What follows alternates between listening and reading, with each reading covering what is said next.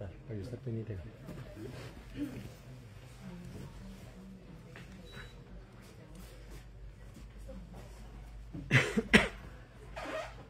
Buenas tardes. Vamos a empezar las actividades de este semestre hoy con la charla del compañero Andrés, que está en la pantalla. Este semestre vamos a dar 4 actividades. La segunda va a ser una charla que yo voy a dar sobre nutrición, haciendo una crítica a los diferentes discursos pseudocientíficos que se están difundiendo sobre supuestamente dietas alternativas o dietas milagrosas o dietas pseudocientíficas que se están promocionando, y también para hacer una crítica al modelo de alimentación que se ha construido a través de la cultura norteamericana. Voy a tratar de dar una charla sobre esos dos elementos. Jonathan va a dar una charla, la tercera, sobre Inteligencia artificial. Exacto. Porque es tanto la charla de hoy como la de inteligencia artificial es para desarrollar un poco más las ideas que muy rápidamente se dieron en la última actividad que hicimos, donde hablamos de la ciencia del siglo XXI. Tanto Andrés como Jonathan tocaron esos dos temas, pero vimos que era importante darle a cada uno de ellos mucho más tiempo para desarrollar sus temas. Y el último tema lo va a manejar el profesor Jaime Hernández. Lo hemos invitado a que dé una conferencia sobre el tiempo, a la luz de los textos de Carlo Rovelli, que está planteando que el tiempo, por ejemplo, es una creación de la mente humana, no existe objetivamente. Entonces Jaime aceptó, entonces posiblemente contemos con Jaime también. Esas serían las 4 actividades, van a ser más como en forma de conferencia. Y hola. Y al final de la conferencia, pues como siempre, nosotros nos interesa mucho la interacción con el público. Entonces ustedes tienen la mayoría del tiempo para eso. ¿Cuánto se va a demorar hoy, Andrés? 45 minutos más o menos. Entonces nos tomamos 45 minutos y el resto del tiempo hasta faltando 15 para las 8, porque la biblioteca nos exige entregar el salón a esa hora, no por otra razón, nos toca evacuar. Entonces ahí tenemos buen tiempo para interactuar y para escuchar las opiniones de ustedes. Entonces, sin más preámbulos, Andrés. Vale, muchas gracias. Hola a todos, ¿cómo están? Bueno, como decía Pablo, esta charla nace también de una motivación de profundizar un poco más en algunas teorías que se han venido desarrollando alrededor de la computación cuántica y alrededor de la física cuántica. Le comentaba a Pablo que alrededor de lo que fue estudiando para desarrollar la tesis de maestría, pues me fue empapando un poco más de la física cuántica, y asimismo digamos que habían otros temas que iban resultando a la par, muy interesantes, pero que valía la pena traer hoy a esta conversación para que los discutamos, para que de alguna forma pues los critiquemos y que tengamos una mirada precisamente crítica sobre estos temas. Entonces, computación cuántica, más allá del misterio, básicamente se trata de que sabemos de que hay un misterio por resolver en la física cuántica, en la computación cuántica, pero la idea es aclarar un poco el panorama con ciertos aspectos para no oscurecer más el panorama de la cuántica, sino que por el contrario entregar cierta claridad en los temas. Entonces, básicamente quisiera empezar mencionando de que cuando nosotros nos enfrentamos a la realidad, vemos que hay ciertos fenómenos que son un poco más perceptibles o un poco más fáciles de atender en un sentido estricto. Cuando nosotros, por ejemplo, vemos temas como la caída libre, como el movimiento de un péndulo, digamos que tenemos un acercamiento un poco más directo a través de nuestros sentidos a este tipo de fenómenos, y por tanto digamos que podemos corroborar ciertas fórmulas matemáticas o ciertas intuiciones que otras personas tuvieron, y pues ver, por ejemplo, que si voy a tomar un lápiz, pues lo más probable es que vaya a caer al suelo, ¿cierto? Y así mismo digamos que podemos refutar con más dificultad situaciones como estas. Por tanto, digamos que en la física de las grandes cosas, o en la física clásica, tenemos, como por decirlo así, esa ventaja, ¿sí?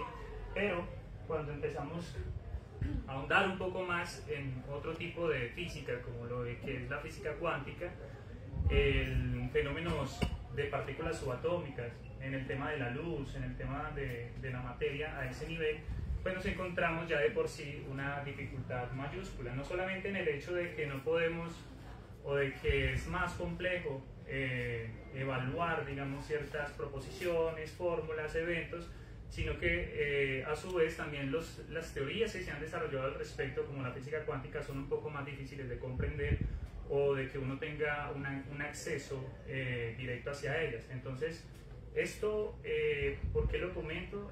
Para mencionar de que no nos estamos enfrentando a cualquier cosa, sino que realmente es algo que viene de mucho tiempo atrás y que no es menor el problema de lo que estamos en estos días tratando, y por lo tanto también de eso mismo se aprovechan las pseudociencias para precisamente dar como otro tipo de enfoque y tergiversar un poco estas teorías como es lo que es la teoría cuántica. Lo que les propongo en este tiempo, que realmente pues es un tiempo corto, diría yo, para muchas de las cosas que se tienen que tratar, pero de alguna forma lo voy a tratar de hacer un poco,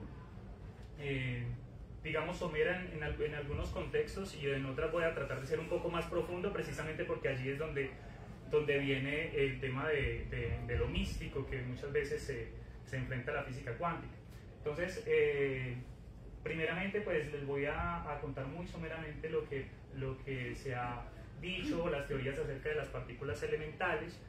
La idea es hacer como les digo, un recorrido rápido a través de estas teorías.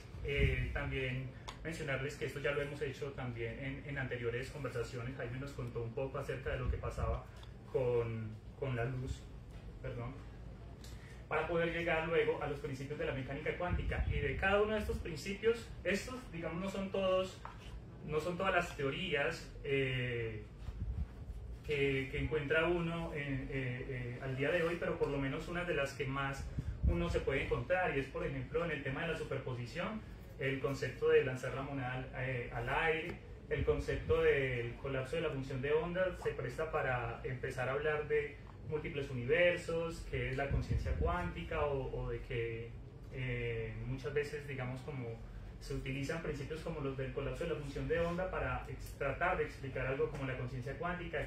Lo del tema de la ley de atracción es algo que también se ve mucho por estos días. En el tema del entrelazamiento cuántico, explicarles un poco de qué se trata la teleportación cuántica, a qué se refiere específicamente la teleportación cuántica, si es teletransportación, qué es. La parte del Internet cuántico, qué se ha desarrollado, qué se espera que sea el Internet cuántico, cuáles son los limitantes de esta tecnología. Una muy controvertida, bueno, en la mayoría de las que ustedes ven ahí son controvertidas. La parte de la sanación cuántica también, ¿cierto? Algo que se ve mucho al día de hoy. Y por último, pues un poco acerca de la computación cuántica, que pues básicamente, como les mencionaba, de eso ya también la vez pasada, creo que también fue en este espacio, había comentado un poco la charla acerca de lo que es computación cuántica. Aquí solamente lo quiero enfocar hacia el tema de que si es un computador cuántico, una herramienta que nos sirve para resolver todo tipo de problemas. Entonces eso es como un poco la idea de la charla. Como les digo, pues la idea en esta primera parte es avanzar rápido en estas teorías acerca de las partículas elementales. Nos podemos encontrar nosotros con unas primeras teorías que se desarrollaron alrededor de dos tipos de conceptos, que era la intromisión y la extromisión. Allí básicamente se pueden encontrar en la literatura personajes como Empédocles, ¿cierto? Haciendo alusión a que teníamos como unos rayos que salían de la vista. Sí, básicamente en lo que pude documentarme al respecto era que pensaba que Afrodita, ¿cierto? Había puesto en nosotros un fuego interior, ¿cierto? A través del cual nosotros podíamos emitir unos rayos de luz, y de esa manera, digamos, que podíamos detectar los objetos que estaban en el exterior. pues digamos que de alguna forma, una manera en la que se controvertía esta teoría era que pues si eso pasara, pues entonces podríamos ver en la oscuridad también, ¿cierto? Si de allí pudiéramos nosotros como tantear, digamos, como nuestro exterior. Básicamente, esta fue una teoría que estuvo durante mucho tiempo desarrollándose. También había en el lado de la extromisión, en el lado de la intromisión, de lo que le estaba explicando, es la parte de la extromisión o de la emisión de la luz desde el ojo, ¿no? Aquí la intromisión es que llega al ojo, y digamos que ahí también hay otras teorías que se desarrollaron. Si no me equivoco con la palabra, creo que era los efluvios, de lo que se habla, y era acerca de que habían objetos, o que todos los objetos emitían ciertos materiales o cierta materia que podían encajar en los diferentes sentidos que nosotros teníamos. Entonces teníamos como estos efluvios en todos los sentidos, y los que encajaban perfectamente eran los que se podían sentir, los que se podían ver o oler, ¿sí? Entonces esto es más o menos un poco a grandes rasgos lo que se desarrollaba en la antigüedad. Hay otros personajes que también obviamente hicieron parte del desarrollo de esta historia, y que pues de alguna manera hoy en día los podemos criticar, pero en su momento digamos que eran teorías que podrían parecer, ¿cierto?, ser ciertas. Cuando por ejemplo miraban en la noche a un gato que brillaban los ojos, ¿cierto?, podría dárseles a entender de que había algo que estuviera emitiendo luz. Hoy en día, por ejemplo, pues sabemos que hay un tema de refracción allí. Entonces es algo que se desarrollaba en esa época, y que luego, más adelante, y eso es importante mencionarlo, también lo hemos mencionado en otras oportunidades, y es que durante la Edad Media hubo una especie de pausa en la investigación científica en Europa, pero eso no pasó del todo en Oriente, ¿cierto? De hecho, hay una época de oro del Islam en el que Alhazen, por ejemplo, fue un gran experimentador y también teórico de la óptica, que desarrolló de hecho este libro. Y ahí, de alguna manera, podemos ver que a pesar de que en Europa tenían otro tipo de conflictos que dificultaron un poco el avance científico, pues a través de este personaje se siguieron desarrollando otras ideas. Allí, por ejemplo, creo que también hemos hablado de Ptolomeo, de Galeno, ¿cierto? Y básicamente esas ideas, ¿sí?, a través de Alhazen pudieron ser recuperadas, y de alguna manera digamos que fue como una especie de conector, ¿cierto? Pues él y otros científicos también de esta edad de oro que les mencionaba de Oriente, para continuar luego en lo que fue la Edad Moderna. Aquí pues podemos ver nosotros que ya hubo un renacimiento científico, ¿cierto?, a través del cual diferentes personajes pudieron entregarnos diferentes teorías un poco más elaboradas. Cuando esto hay que tener en cuenta que ya había un poco más de experimentación en la óptica, en los lentes. Podemos ver a personajes como Galileo, como Kepler. Básicamente el desarrollo también de estos lentes, ¿sí?, permitió que no solamente en los telescopios, sino también en los microscopios pudiéramos tener un poco más de entendimiento, no solamente de la naturaleza, sino también propiamente de la luz. Entonces allí se puede evidenciar básicamente que de alguna forma ya había un cambio de pensamiento también, ¿sí? Podemos ver, por ejemplo, en personajes como aquí no está, de primero de hecho, como Galileo, que ya había un enfoque diferente. Ya había, incluso desde antes, cuando les comentaba de Alhazen, había un pensamiento con una metodología científica, ¿sí? ¿Basada en qué?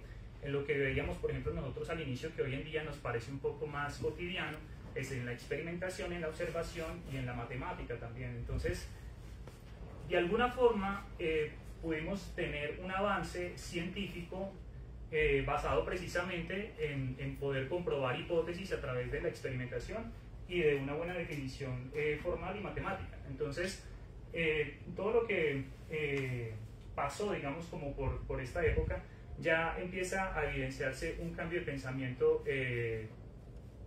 a la hora de entregar hipótesis, ¿sí? Como les decía, allí, por ejemplo, hay diferentes pensadores, cada uno de ellos hizo sus respectivos aportes y sus teorías acerca de la luz. Allí encontramos también personajes como, bueno, en la pronunciación no sé si Leeuwenhoek, que es de hecho gracias a los lentes que perfeccionó, que pudo tener como las primeras observaciones microscópicas del momento. Y de aquí hay que rescatar algo también que fue muy relevante más adelante para la teoría de la luz, y fue precisamente un conflicto que existía entre una teoría corpuscular y una teoría ondulatoria de la luz, ¿sí? Entonces podemos ver que Newton, por ejemplo, dentro de su tratado, mencionaba que la luz estaba compuesta de corpúsculos, mientras que del otro lado, ¿se escribe bien esto? Teníamos digamos, como otra visión acerca de la naturaleza de la luz. Allí digamos que lo que se empieza también a notar es que cada uno en sus propios experimentos veía la luz de una manera en la cual pues sus experimentos probaban que era de ese tipo la naturaleza que ellos decían. Es decir, Newton decía que la naturaleza de la luz era corpuscular porque sus experimentos mostraban que era corpuscular, mientras que asimismo Huygens, de alguna manera, dentro de lo que experimentaba, pues veía que la luz era ondulatoria. Entonces, durante un buen tiempo en esta época se tuvo este conflicto acerca de la luz como onda o como partícula, ¿sí? Entonces, básicamente se puede decir que incluso Newton, por sus descubrimientos acerca de la luz,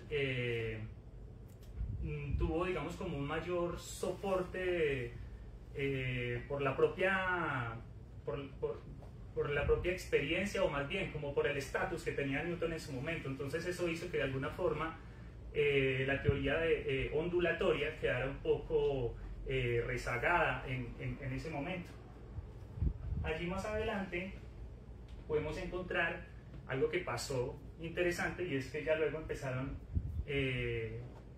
digamos, a hacerse en experimentaciones que demostraban que la luz era una onda, y eso es lo que se conoce como el siglo de las ondas, en donde las diferentes formas de experimentar mostraban que la luz se comportaba como una onda. Y uno de los experimentos más importantes que se le toma yo con el de la doble rendija, ¿sí? Básicamente empezamos a notar a través de lo que experimentaron estos científicos, que la luz se comportaba como onda en algunas situaciones, y durante todo este siglo pues fue donde se desarrolló también la teoría electromagnética de la luz.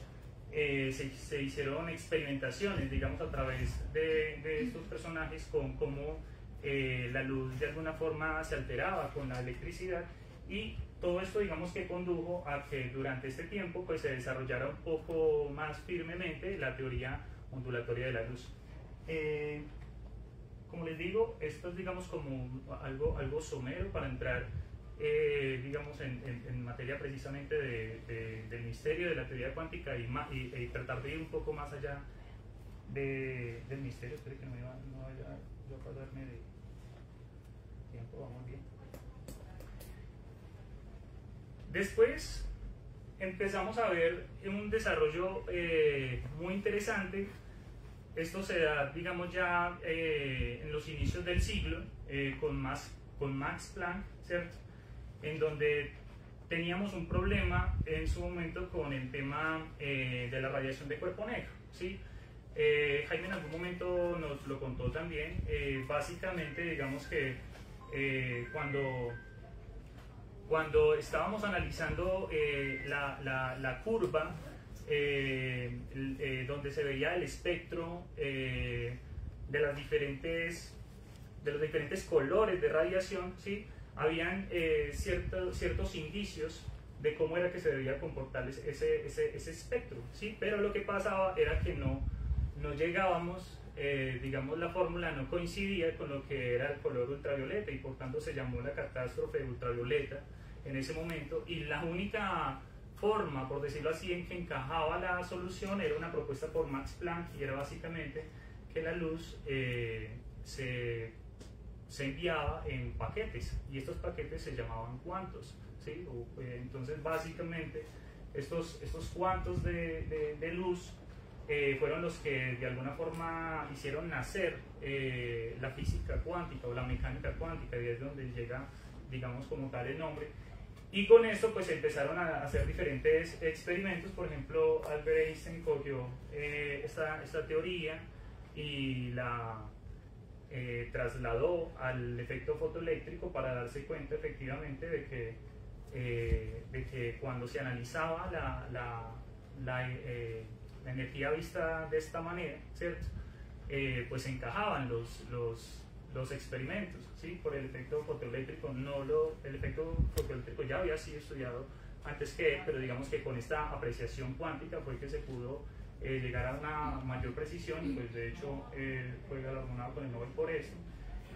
Y así, digamos que diferentes científicos de esta época empezaron a hacer sus propios experimentos. Bohr, digamos, como con su modelo atómico, también aprovechó este concepto para encajar un poco más la teoría del modelo atómico, que correspondía precisamente a lo que mencionaba. Y ya empieza como tal aquí a hablarse de lo que es la mecánica cuántica. En este escenario empieza a surgir también una idea, y es que la luz se comporta tanto como partícula como también como onda. Es decir, aquí hay una especie de paradigma en el cual la luz tiene ambas naturalezas y conviven dentro de los mismos experimentos. Entonces, de alguna forma, se puede decir que del estudio que se hizo de Newton, de Huygens y de diferentes científicos antes de la época, pues lo que se concluyó es básicamente que tenemos una naturaleza dual de la luz, ¿sí? Y aquí, digamos como importante,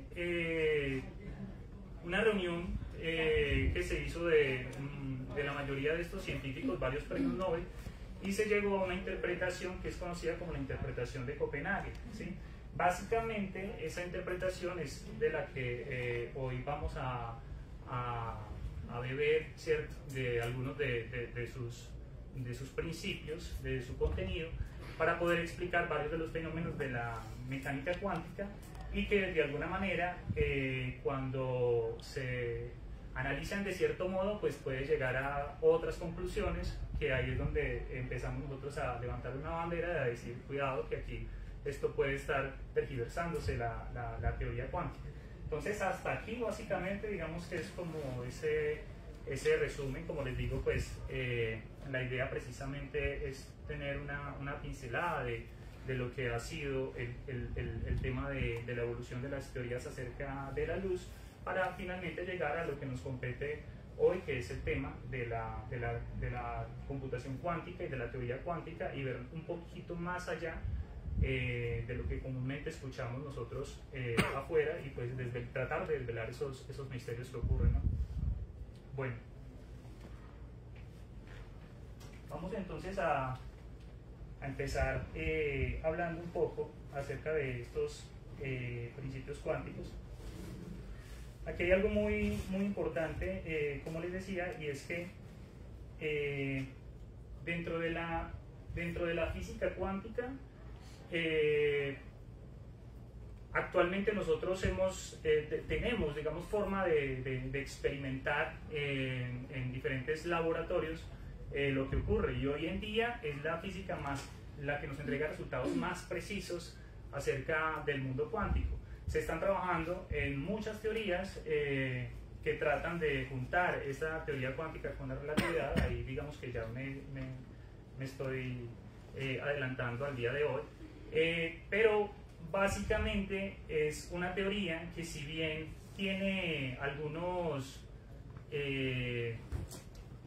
conceptos que no terminan del todo de estar claros, o no terminan de fidelizar la realidad, pues lo que sí podemos decir es que es lo más cercano que tenemos a lo que pasa a nivel cuántico. Entonces esto es importante mencionarlo, precisamente porque, como la idea es empezar a depurar un poco los argumentos que se dan acerca de la teoría cuántica, pues es importante también mencionar que no todo está resuelto, que no todo está dicho, que hay muchas de las cosas que todavía se están desarrollando, que todavía se están analizando, y que de alguna manera pues nos queda un campo abierto por explorar. Una de las propiedades más interesantes que pasan a nivel subatómico es precisamente el principio de superposición cuántica. Existen en la naturaleza diferentes fenómenos o diferentes partículas que pueden estar en estados de superposición. ¿A qué se refiere? Que pueden tener dos estados al mismo tiempo. Ojo con esto, porque de alguna forma empezamos a utilizar una jerga que es muy de la cuántica, pero que es importante irla clarificando. Muchos hablan de que estos dos estados coexisten, ¿cierto? Y algo, digamos, como relevante es que cuando nosotros analizamos este tipo de escenarios, no es tampoco como que en este caso el dipolo magnético de un electrón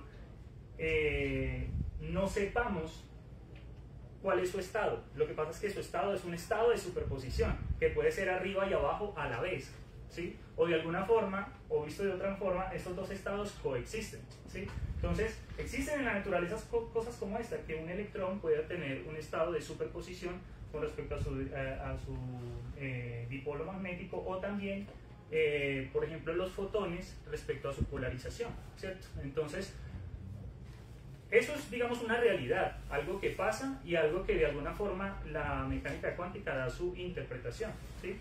Y básicamente la interpretación que da lo da es a través de la función de onda. La función de onda, una vez alguien me dijo, cuando estaba explicando algo relacionado a la computación cuántica, él me dijo, póngale mucho cuidado a la función de onda, ¿cierto? Y en su momento, digamos que apenas estaba empezando a coger los libros de cuántica, pero este es uno de los temas, digamos, como que más espinas tiene al momento de analizar, y que precisamente por ahí se empiezan a escapar muchas de las teorías hacia otras que ya les voy a mostrar más adelante.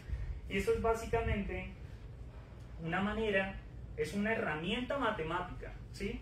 A través de la cual podemos empezar a analizar cuál es la nube de probabilidades que una partícula, al moverse, ¿cierto? O cómo evoluciona una nube de probabilidades de una partícula en un entorno determinado, ya que a nivel cuántico yo no puedo determinar exactamente la posición de una partícula, pero sí la probabilidad de que esté en cierto espacio. Entonces, esto que se ve allí, que es la función de onda, que es básicamente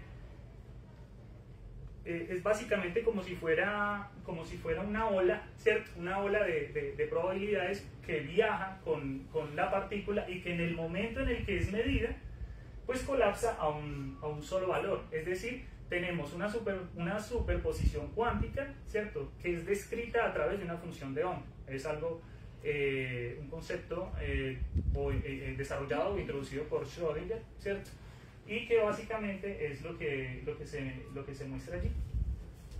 ¿Qué es lo que pasa con esta función? Como les decía, una de las cosas que vamos a empezar aquí a contrastar, ¿cierto?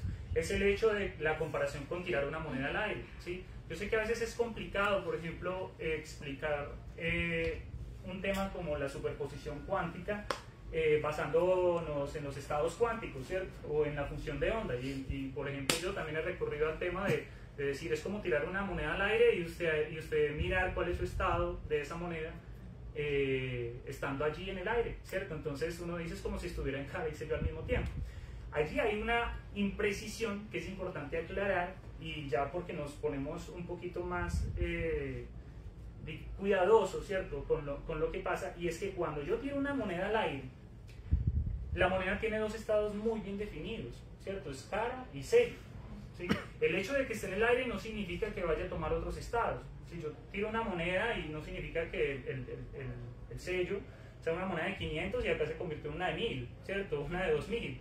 Y cuando cae otra vez, no. O sea, tiene dos estados muy bien definidos. ¿Qué es lo que pasa? Que esa incertidumbre se basa en mi desconocimiento de los diferentes parámetros físicos para yo saber o para entender el ángulo, la velocidad, etcétera, cuál es el estado de esa moneda. Pero es una probabilidad clásica, ¿sí? Es decir, cuando yo estoy lanzando una moneda al aire y analizo la moneda en el aire, ahí tiene dos estados muy bien definidos, pero son estados que se pueden analizar desde un punto de vista clásico, ¿sí? Allí como tal no está jugando un tema cuántico.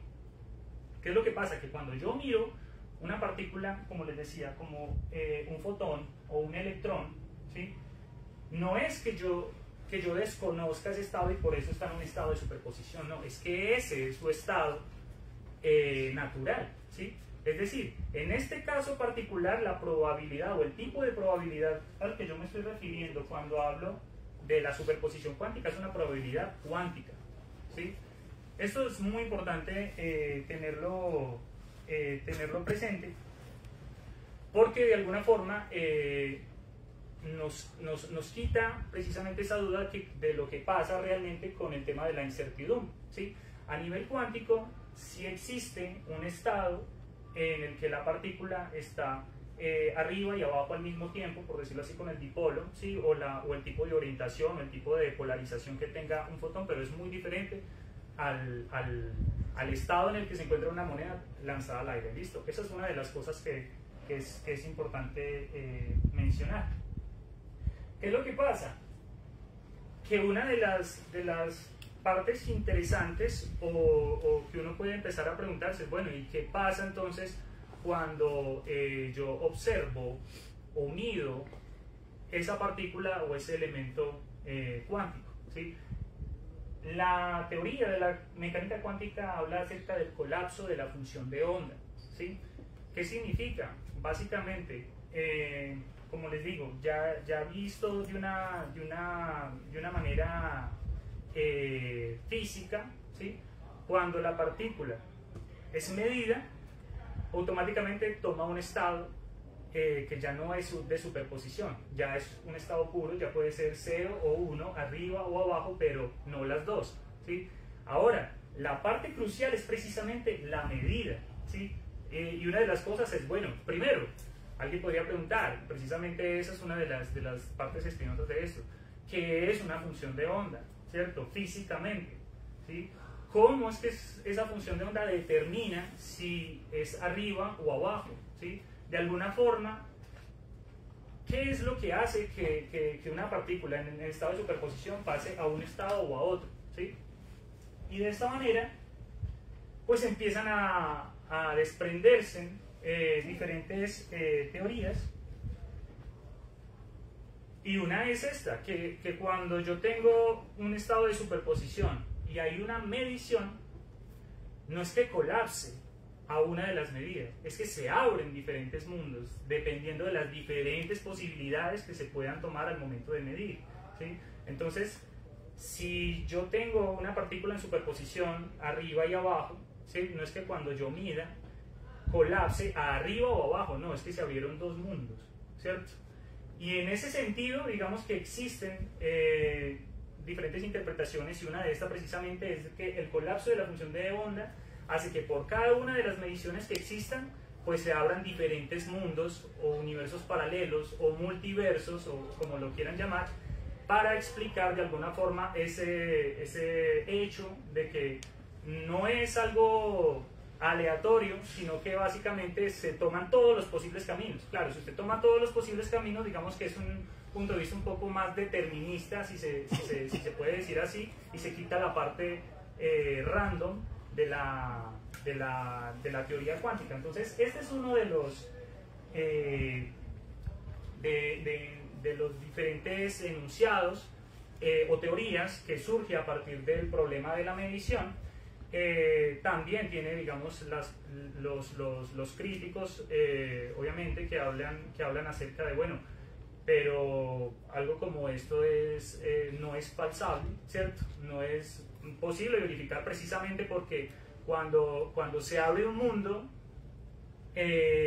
las personas que experimentan ese mundo son solo las que viven allí, ¿cierto? Entonces, ¿cómo vamos nosotros a poder verificar que se abren diferentes mundos si no los podemos, si no hacemos parte de él? Por lo tanto, digamos que no es una teoría que podamos falsear o verificar, ¿sí? Entonces, esta es una de las teorías o conceptos, digamos, antagónicos a esta teoría. Otro es, por ejemplo, el hecho de que no es necesario llegar, digamos, como a una teoría tan extrema para explicar cosas que ya se pueden explicar con otras un poco más simples, como básicamente en eso es que se refiere el hecho de esto de la navaja de Occam, y que pues no vamos a tomar una teoría que también puede prestarse para hablar de infinitos universos, ¿sí? Entonces, esta es una de los temas que nace allí del problema de la medición. Y hay uno muy interesante, es acerca de la conciencia cuántica. ¿Cómo surge más o menos este tema? Es básicamente por una idea inicial, y es que el observador influye a través de su conciencia en el resultado de lo que se está midiendo, ¿sí? ¿Qué pasa? Que si a mí me dicen que dependiendo de la medición o de la observación, un estado cuántico en superposición colapsa a una forma de explicar precisamente es que el observador tuvo que ver en la medición de esa partícula o de ese sistema cuántico. ¿Qué es lo que pasa con esto? Que básicamente se generan otras teorías o algunos malos entendidos, porque básicamente esta idea de la conciencia da a intuir un poco de que yo como observador, ¿sí? Ya vamos a hablar un poco más acerca precisamente de ese término observador o de quien mide, puedo influir en los resultados. Entonces, cuando te hablan de una conciencia cuántica, básicamente hablan de ese primer acercamiento que se da acerca de que el observador tiene que ver en el resultado de lo que se está midiendo. Básicamente eso estuvo durante un tiempo, digamos, como dándose, no por cierto, pero por lo menos era la teoría un poco más cercana a la que se tenía.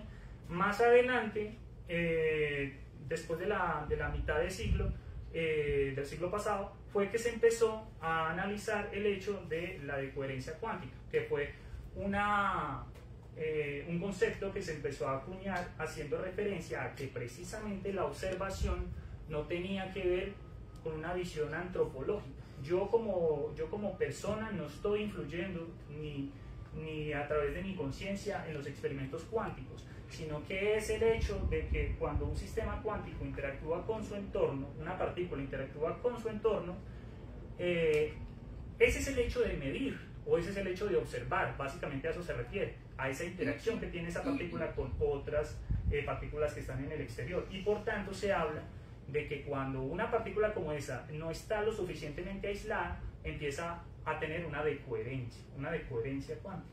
Allí digamos que se empieza a acuñar más ese término. Hoy en día, por ejemplo, la decoherencia cuántica se habla de ella como uno de los principales problemas que tenemos para el desarrollo de la computación cuántica. Tenemos chips cuánticos, tenemos computadores cuánticos, pero el problema precisamente es poderlos mantener en una coherencia cuántica que nos permita trabajar en todos los diferentes algoritmos cuánticos que actualmente ya tenemos desarrollados. Digamos que ese es como les decía, un acercamiento a una de las cosas que se habla mucho, la conciencia cuántica, y es importante entender a qué se refiere o de dónde surge la idea y precisamente la extrapolación que muchas veces se le da a este término. Pues podríamos... 15 minutos. No, listo, ya de igual manera ya estamos próximos. Se pueden entonces empezar a desarrollar otras cosas como la ley de atracción, porque si usted dice, bueno, si yo como persona consciente puedo influir en los resultados de una medición cuántica y tenemos dentro del universo sistemas o comportamientos cuánticos, entonces yo por lo tanto puedo influir en las diferentes los diferentes resultados que se dan a nivel cuántico. Y eso pues me lleva a pensar de que de alguna forma yo puedo hacer que lo que está a mi alrededor, casi que mentalmente, por decirlo así, pueda tener un resultado dependiendo de lo que mi conciencia vaya a observar, ¿sí? Y ahí digamos que se empiezan a meter otros temas, ¿sí?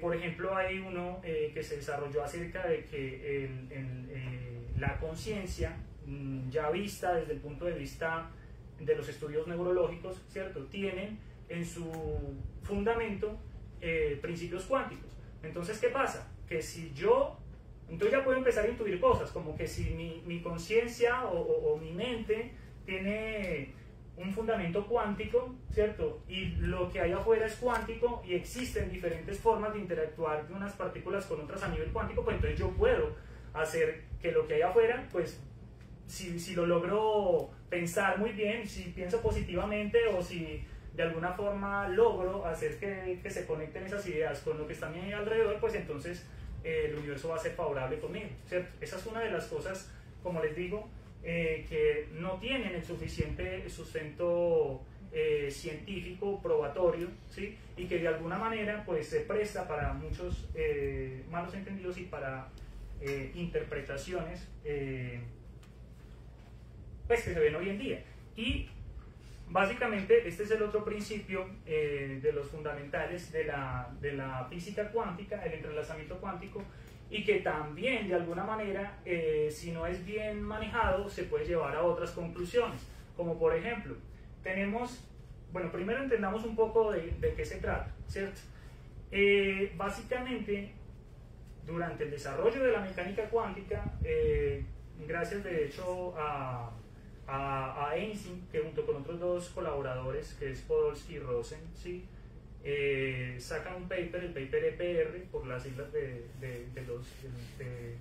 los nombres de ellos, en el cual trataban de mostrar que la teoría cuántica era incompleta. Entonces, ¿por qué lo hacen? ¿O cómo lo hacen? Básicamente mostrando un efecto que en ese momento pues era muy extraño, ¿cierto? De hecho se lo llamaba como una acción fantasmal a distancia, fantasmagórica a distancia, y era que si yo tengo una partícula que está entrelazada cuánticamente con otra partícula y las distancio una distancia X, ¿sí? Que puede ser muy lejana, cuando yo mido una de las partículas y la función de onda colapsa hacia un valor, la otra inmediatamente o instantáneamente colapsa, ¿cierto? Y esto, según lo que él mencionaba, pues violaba el principio de relatividad, ¿sí? No había algo que fuera más rápido que la luz, entonces ¿cómo iba a ser posible que estas dos partículas de forma instantánea pudieran interactuar una con la otra? Pero básicamente, o sea, en ese momento no había una experimentación acerca del entrelazamiento cuántico, se fue mucho después. O sea, de alguna forma Einstein aportó con esta teoría del entrelazamiento cuántico, no a criticar, sino a apoyar, ¿cierto?, de que existían otros principios contraintuitivos, pero que pasaban en la realidad cuántica como el entrelazamiento cuántico. Y allí entonces una de las cosas que se puede conocer es la teleportación cuántica, y que funciona precisamente gracias a el entrelazamiento cuántico. En principio, o para tenerlo muy presente, la teleportación cuántica es un algoritmo cuántico, ¿cierto? O es una rutina cuántica que no tiene que ver con transportar materia, ¿sí? Es decir, a través de la cuántica yo no me teletransporto de aquí a mi casa, ni de mi casa acá, ¿cierto? Si no, pues llegaría más temprano. Entonces, en este caso particular, cuando se habla de teleportación cuántica, ¿sí? ¿De qué estamos hablando? De que existe una manera de yo transferir de un lugar a otro, sin importar la distancia, la información del estado cuántico de una partícula. Ojo con esto, la información del estado cuántico de una partícula, no cualquier tipo de información clásica. Y esa es una de las cosas que también muchas veces se malinterpreta, y es que la teleportación cuántica, listo, no transporta materia, pero por lo menos va a poder transportar información clásica. ¿Qué es lo que pasa? Que sí puede transportar información clásica, pero se necesita dentro de la rutina un canal clásico. ¿sí? Es decir, lo máximo a lo que se puede viajar con la teleportación cuántica es a la velocidad de la luz, a la velocidad de una llamada, de un mensaje de texto, ¿sí?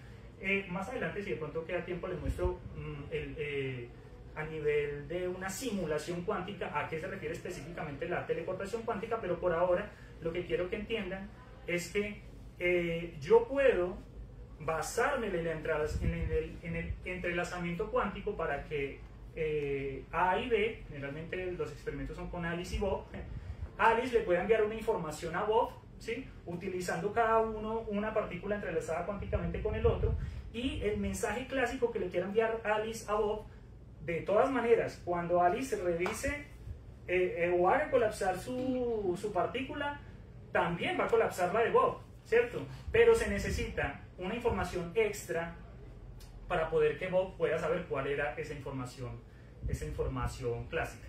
Rápidamente les comento así como para precisamente entender los últimos dos puntos que vienen.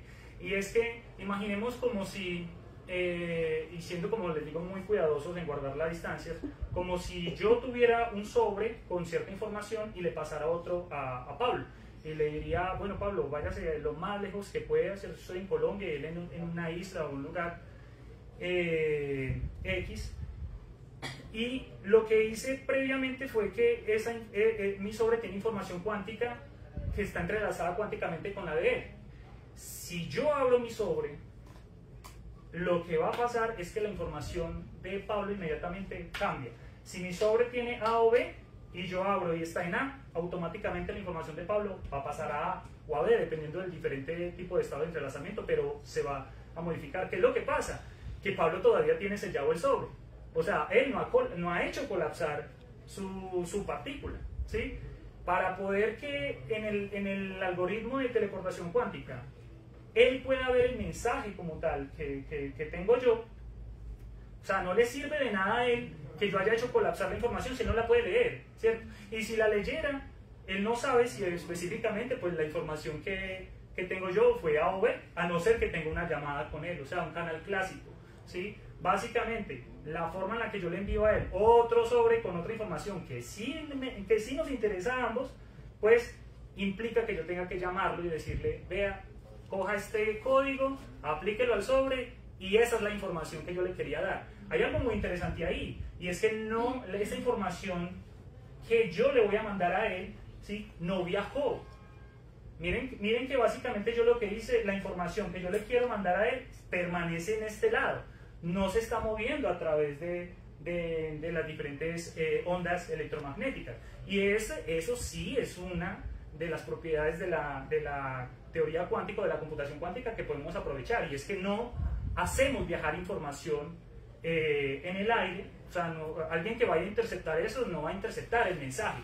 Pero lo que yo le voy a decir a él es, coja este código, que alguien que lo intercepte no va a entender qué es, aplíquelo a su sobre, y él va a ver ahí exactamente lo que yo le iba a decir. Entonces, esa sí es una aplicación, digamos, como que precisamente hace que las comunicaciones vayan a ser más seguras, y es una de las cosas a través de las cuales el Internet cuántico se basa, digamos, como para entregar una capa extra de seguridad al Internet de hoy en día. ¿Y con esto qué quiero decir? Que no significa que el Internet cuántico vaya a reemplazar completamente al Internet clásico, o que de alguna manera en todos los aspectos sea más rápido que el Internet clásico, no, ¿cierto? Pero lo que sí va a pasar es que como funciona con principios cuánticos va a ser más seguro, va a entregar una capa extra de seguridad al momento de enviar y de compartir información que no tiene el Internet clásico, ¿sí? Asimismo, digamos que se han trabajado diferentes teorías acerca de la criptografía cuántica, contrarrestando precisamente otros algoritmos cuánticos que ya tienen, digamos, desarrollo en el papel, como el algoritmo de Shor, ¿sí? Que es un algoritmo de factorización que hace que los diferentes canales o mecanismos de criptografía que tenemos hoy en día pues ya queden obsoletos si tuviéramos un computador cuántico en el cual corriera este algoritmo cuántico de Shor.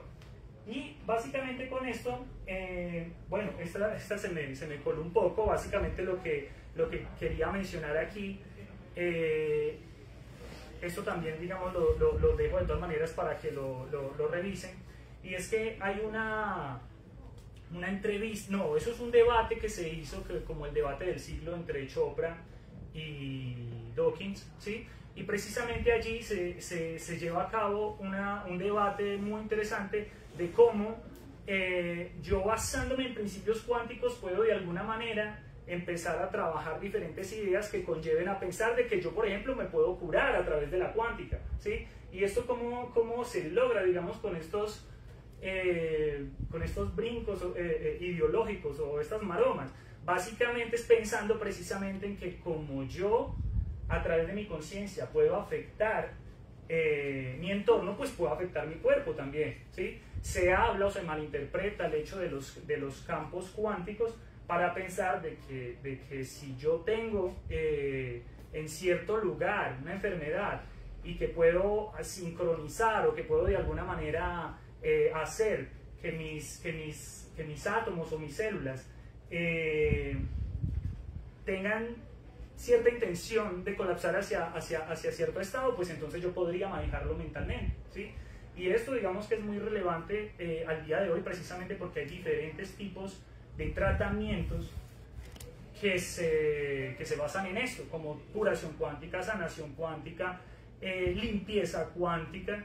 Una de las cosas que precisamente les iba a comentar es que hay ciertos instrumentos, porque me metí, digamos, como a mirar precisamente cómo es que ellos pueden analizar o cómo pueden sanar cuánticamente. Muchas veces es utilizando unos instrumentos a través de los cuales tienen, digamos, como cierto nivel de energía que detectan o que mencionan que tiene uno en ciertos lugares del cuerpo, y a través de eso pues tratar de enfocar hacia cambiar, digamos, como esos esquemas energéticos que tenemos nosotros en el cuerpo.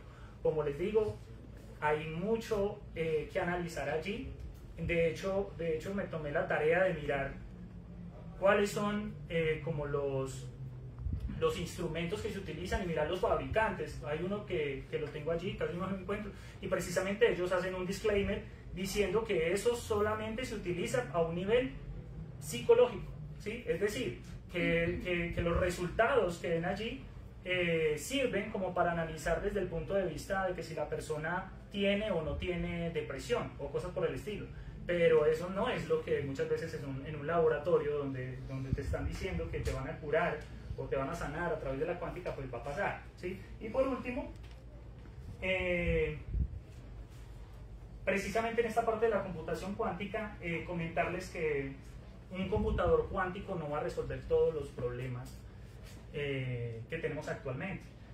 De hecho, lo que se está desarrollando para la computación cuántica o como algoritmos cuánticos es para problemas muy específicos, ¿sí? Tenemos problemas en diferentes enfoques que son muy importantes también, ¿cierto?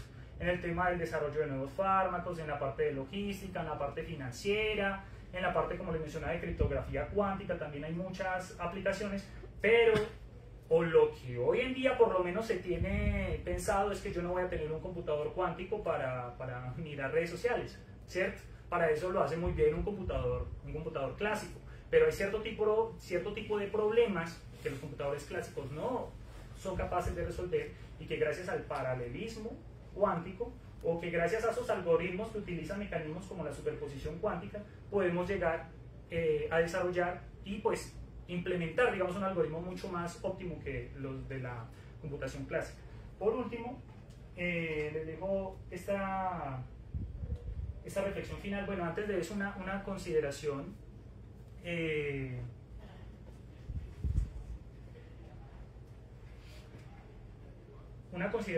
referente al hecho de formular hipótesis. No quiero decir con esto que entonces haya una única respuesta a algo, tampoco de que las diferentes hipótesis que se nos puedan ocurrir acerca de un problema hayas que descartarla de tajo, no, sino que si hemos visto nosotros cómo ha habido una evolución, cómo ha habido una evolución a través de la historia de la humanidad de diferentes personajes que han observado, han experimentado y han formulado matemáticamente y formalmente sus conclusiones, ¿cierto?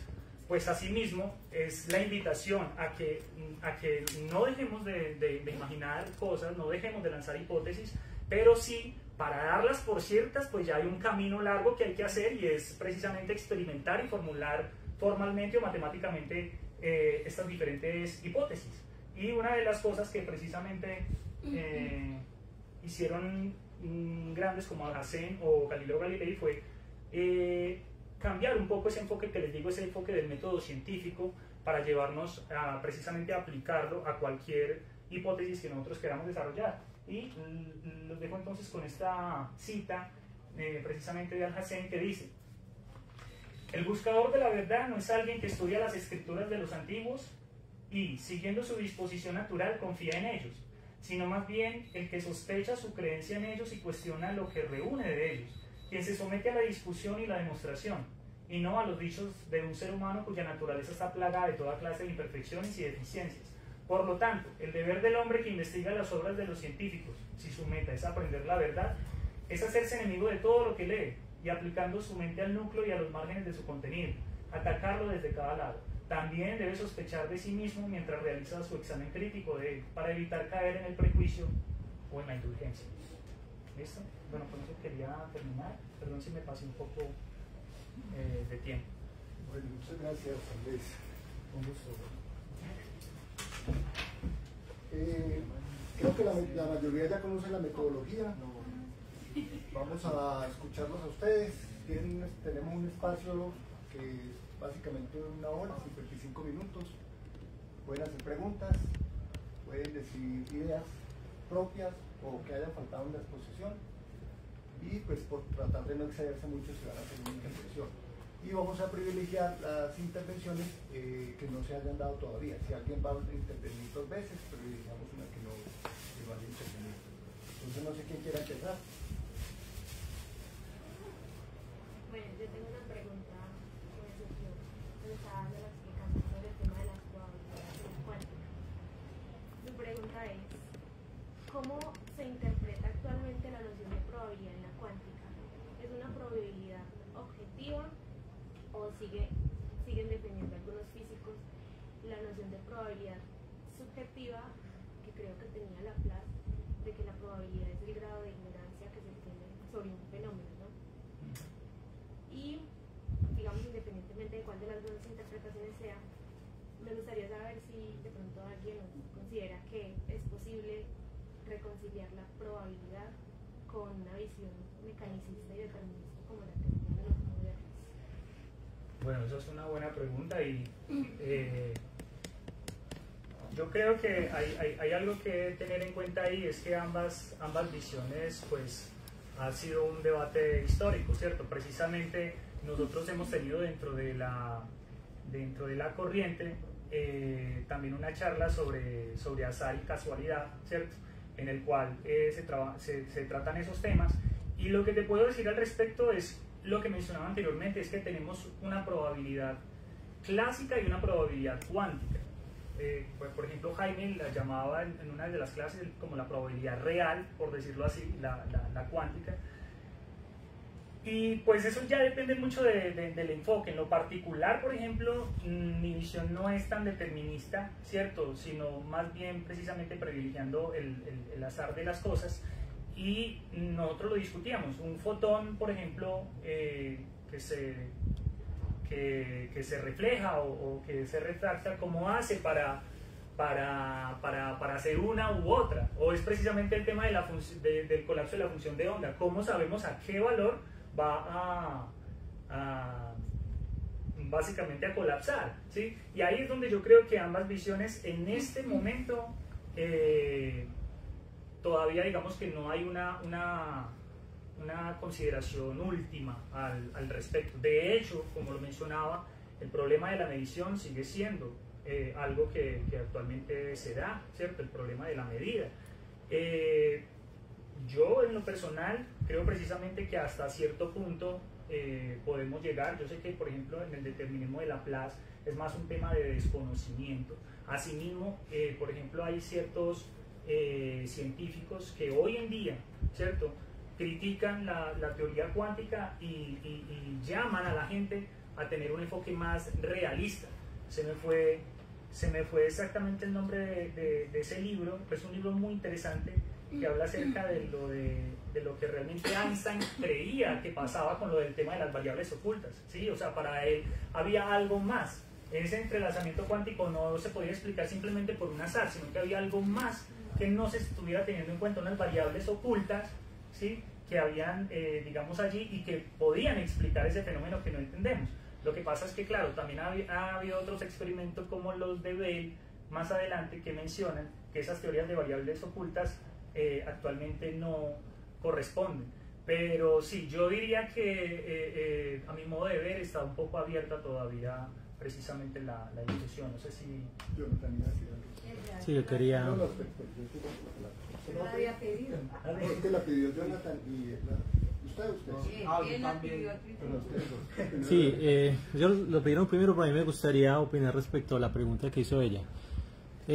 Yo considero que la ciencia, luego de Newton, ha venido haciendo una corrección muy importante hasta lo que viene a explicar hoy Andrés. ¿A qué me refiero? A que la ciencia, luego de Newton, cuando encuentra la posibilidad de hacer matemática la realidad, cae en un determinismo absoluto. Es decir, que si conocemos el estado total del momento presente, ya conocemos el futuro y conocemos el pasado. Eso es lo que plantea Newton. Es un determinismo absoluto y totalmente mecanicista, donde la probabilidad entra a ser no un hecho de la realidad, sino la ignorancia. Yo no sé qué va a pasar porque no tengo el conocimiento total de la realidad, pero si la tuviera, podría saber absolutamente todo. Eso es lo que creo que Laplace llamaba el demiurgo, que está por fuera del sistema, pero lo conoce perfectamente, es capaz de conocer todo lo que va a pasar. A mí me parece que la ciencia, desde Laplace hasta ahora, ha venido cada vez como haciendo un retroceso o diciendo que, o mostrando que esa posición está cada vez más equivocada. Entran ideas como la idea de la mecánica probabilista, que no es mecánica cuántica, pero que plantea la imposibilidad de conocer un sistema más allá de la probabilidad. Eso fue una de las grandes ideas que Einstein aportó, la demostración de que las moléculas existen a partir de lo que se llama el movimiento browniano. Yo no sé el estado de cada partícula, pero veo que probablemente va a estar en una posibilidad, sin embargo no puedo conocer el estado de un sistema. Eso ya es una oposición a la idea laplaciana. Sin embargo, la mecánica cuántica, a mi modo de ver, ya no es una falta de conocimiento, sino que es la naturaleza misma siendo así. Es decir, la partícula antes de la medición está en un estado que realmente no podemos conocer y es la realidad la que es así. Es decir, no es subjetivo, es objetivo. Por tanto, la mecánica cuántica tiene una relación más adecuada entre lo determinado, entre la necesidad y entre esa probabilidad o ese azar. Y eso es lo que plantea Jaime, o en palabras de Jaime, que es el profesor que nos ha acompañado acá. Él dice: el azar es aquello que no se deja agarrar de ninguna forma, porque cuando lo vamos a conocer deja de ser azar. Es decir, la realidad tiene azar y tiene necesidad. Y ese azar es objetivo, a mi modo de ver, en la mecánica cuántica, porque no depende de si yo conozco o no el sistema, que eso fue lo que Einstein trató durante mucho tiempo de hacer. Venga, hay algo allí, unas variables ocultas que no conocemos, hay algo detrás que tal vez, pero es falta de conocimiento. No, tal parece, y a mi modo de ver, la mecánica cuántica lo que plantea es que la realidad es así, y tiene un aspecto de azar y tiene un aspecto de necesidad que es objetivo. Es, a mi modo de ver, algo que ha venido haciendo la ciencia. Un segundo comentario, digamos, corto, ya para hacerle la palabra. Pues ya, aparte de la pregunta, es la palabra cuántico le puede dar peso a la charlatanería, le da peso. ¿Por qué hablan de sanación cuántica? ¿Por qué hablan de la conciencia cuántica?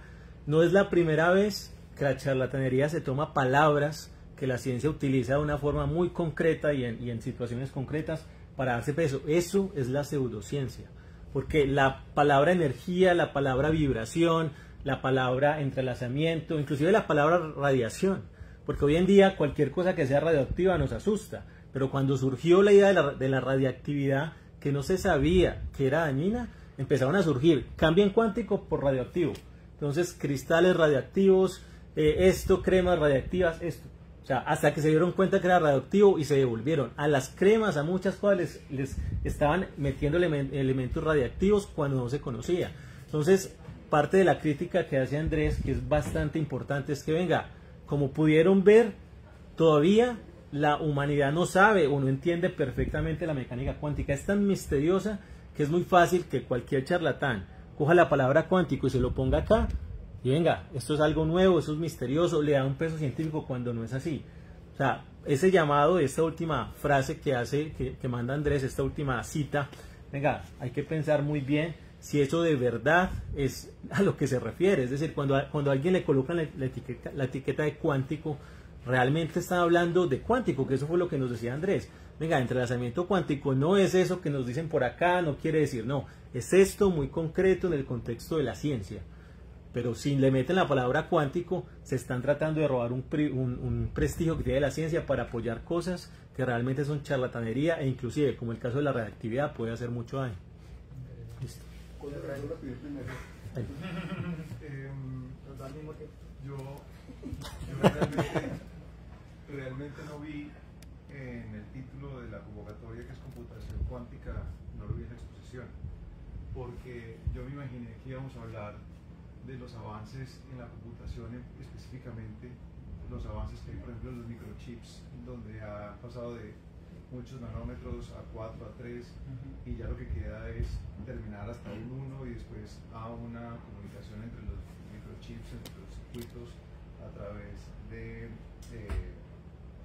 computación cuántica. Tampoco vi la programación cuántica, cómo se hace la programación a partir de esos chips. Entonces yo siento que estamos hablando de una palabra en genérico, no en específico como está la convocatoria, y me gustaría que usted ahonde en el título de la exposición. Total.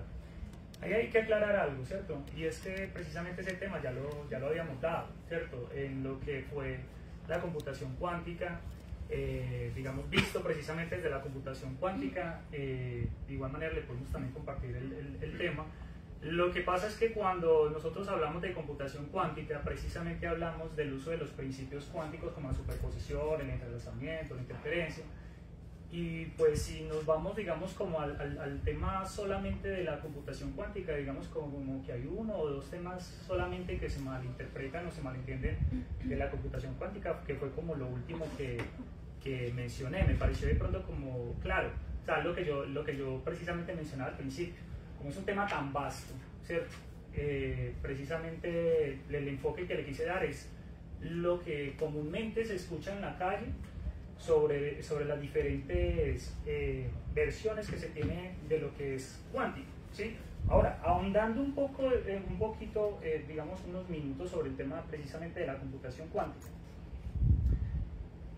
Lo que pasa con la computación clásica es que desde el desarrollo de la computación ha habido una idea y es hacer los transistores cada vez más pequeños, precisamente para que quepa mayor cantidad de transistores sobre un chip clásico y poder tener como mayor poder de cómputo. Eso de hecho Gordon Moore, que fue el cofundador de Intel, fue el que vaticinó esta idea y él dijo, bueno, cada vez se van o cada cierto tiempo se va a duplicar el número de transistores dentro de un microprocesador. ¿Qué es lo que pasa? Que cuando se llegan a ciertos niveles de computación o de volver más pequeños los transistores, empiezan a aparecer fenómenos como el efecto túnel, ¿sí? Y es que, como nosotros vimos el tema de la superposición, cuando un electrón pasa a través de una corriente de un transistor, lleva consigo una nube de probabilidad, que esa nube puede hacer que ese electrón aparezca en otro lugar y por lo tanto este transistor, digamos que se vuelve inservible porque se forman corrientes parásitas. Entonces, ¿qué es lo que pasa? Existe luego entonces una forma de hacer computación, un cambio de paradigma, que es la computación cuántica, y básicamente a través de Feynman, de Paul Benioff, empiezan a ver como unos diferentes enfoques de decir, bueno, y más bien, ¿por qué no utilizamos principios de la física cuántica para hacer computación? Y ahí es donde nace, por ejemplo, la idea de que yo pueda utilizar un sistema cuántico que está en superposición y convertirlo en lo que se conoce como un qubit o un quantum bit, ¿cierto? Básicamente de las diferentes siglas. Con un qubit, básicamente lo que puedo hacer es que empiezo a trabajar la computación cuántica desde un punto de vista diferente. Yo ya no me enfoco en una aceleración a través de la miniaturización de los microprocesadores, sino a través de la utilización o del aprovechamiento de los principios cuánticos como el principio de superposición, ¿sí? Ahí, por ejemplo, empiezan a aparecer diferentes algoritmos que en el momento no se han aplicado, o por lo menos en su mayoría, hacia un computador cuántico porque está precisamente en desarrollo, pero en el papel, por ejemplo, teniendo en cuenta cómo es que funciona un qubit, yo puedo empezar a analizar cómo trabajar en diferentes algoritmos cuánticos, como un algoritmo de búsqueda, como un algoritmo precisamente de factorización como el de Shor, y empiezan a tener, digamos, como las personas que trabajan en la computación cuántica un enfoque diferente, ¿sí? ¿Qué pasa, digamos, con la computación cuántica hoy en día? Que hemos llegado a diferentes niveles de qubits, que realmente se puede utilizar y aprovechar bastante esa cantidad de qubits, pero el problema principal es la de coherencia cuántica. Entonces, hemos tenido diferentes hitos, ¿sí? Porque empresas como Google, como IBM, hay otras que están, digamos, de una forma aislada o individual, trabajando como en sus propios algoritmos cuánticos, pues han venido desarrollando computadores y se han logrado como diferentes acontecimientos que favorecen la computación cuántica. Hay mucha inversión, hay demasiada inversión en computación cuántica, miles de millones de dólares en Estados Unidos, en Inglaterra, en China, sobre la computación cuántica, y es precisamente como por esa idea que tenemos de que con un computador cuántico yo puedo empezar, digamos, como a trabajar temas que la computación cuántica clásica no es capaz, como descifrar un algoritmo RSA, ¿cierto?, de criptografía clásica, y de esa manera, digamos, como que hay diferentes avances en la materia. Hay avances no solamente en el hardware, sino como en el software, como para también tener en cuenta que hay empresas que sirven algoritmos cuánticos como Zapata Computing, por ejemplo, y hay diferentes chips cuánticos que también se han desarrollado, y que, por ejemplo, una empresa como Amazon lo que hizo fue decir: yo no voy a desarrollar mi propio computador cuántico, pero sí lo que voy a hacer es a conectar a la gente que necesita utilizar algoritmos cuánticos, los voy a conectar con esos chips, y lo que hace es servir en la nube como diferentes accesos hacia esos chips. Hay otro tema que ya tiene que ver es precisamente con los simuladores cuánticos, y uno de los que trabajé en la tesis, que es de altas dimensiones, pero bueno, eso no sé si de pronto va un poquito por allá el interés. Mira que coincidencialmente la pregunta era la misma, pero ya la respondió. Vale. Sí, la expectativa mía era de pronto encontrar esa conexión entre esa computación cuántica y tal vez la inteligencia artificial, y más, no tanto que es cuántica, sino como más ejemplos de los que acabo de mencionar, esperaba ver. No, y me parece muy interesante. Yo creo que de todas maneras es algo súper valioso, digamos, esas inquietudes, porque precisamente al día de hoy hay muchas aplicaciones que digamos que se tienen y no se conocen, ¿sí? Por ejemplo, ahí lo que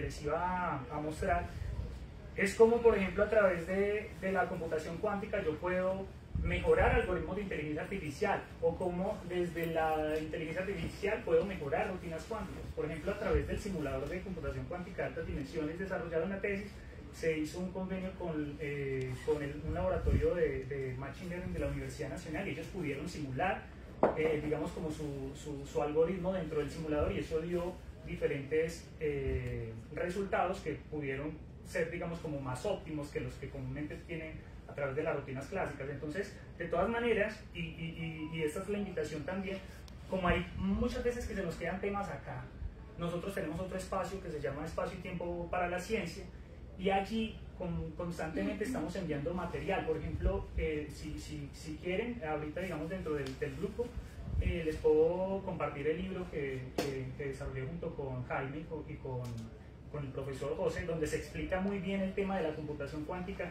como en 3 o 4 capítulos más o menos, dependiendo del enfoque que se quiera, ¿no? Entonces ahorita igual tomamos los datos.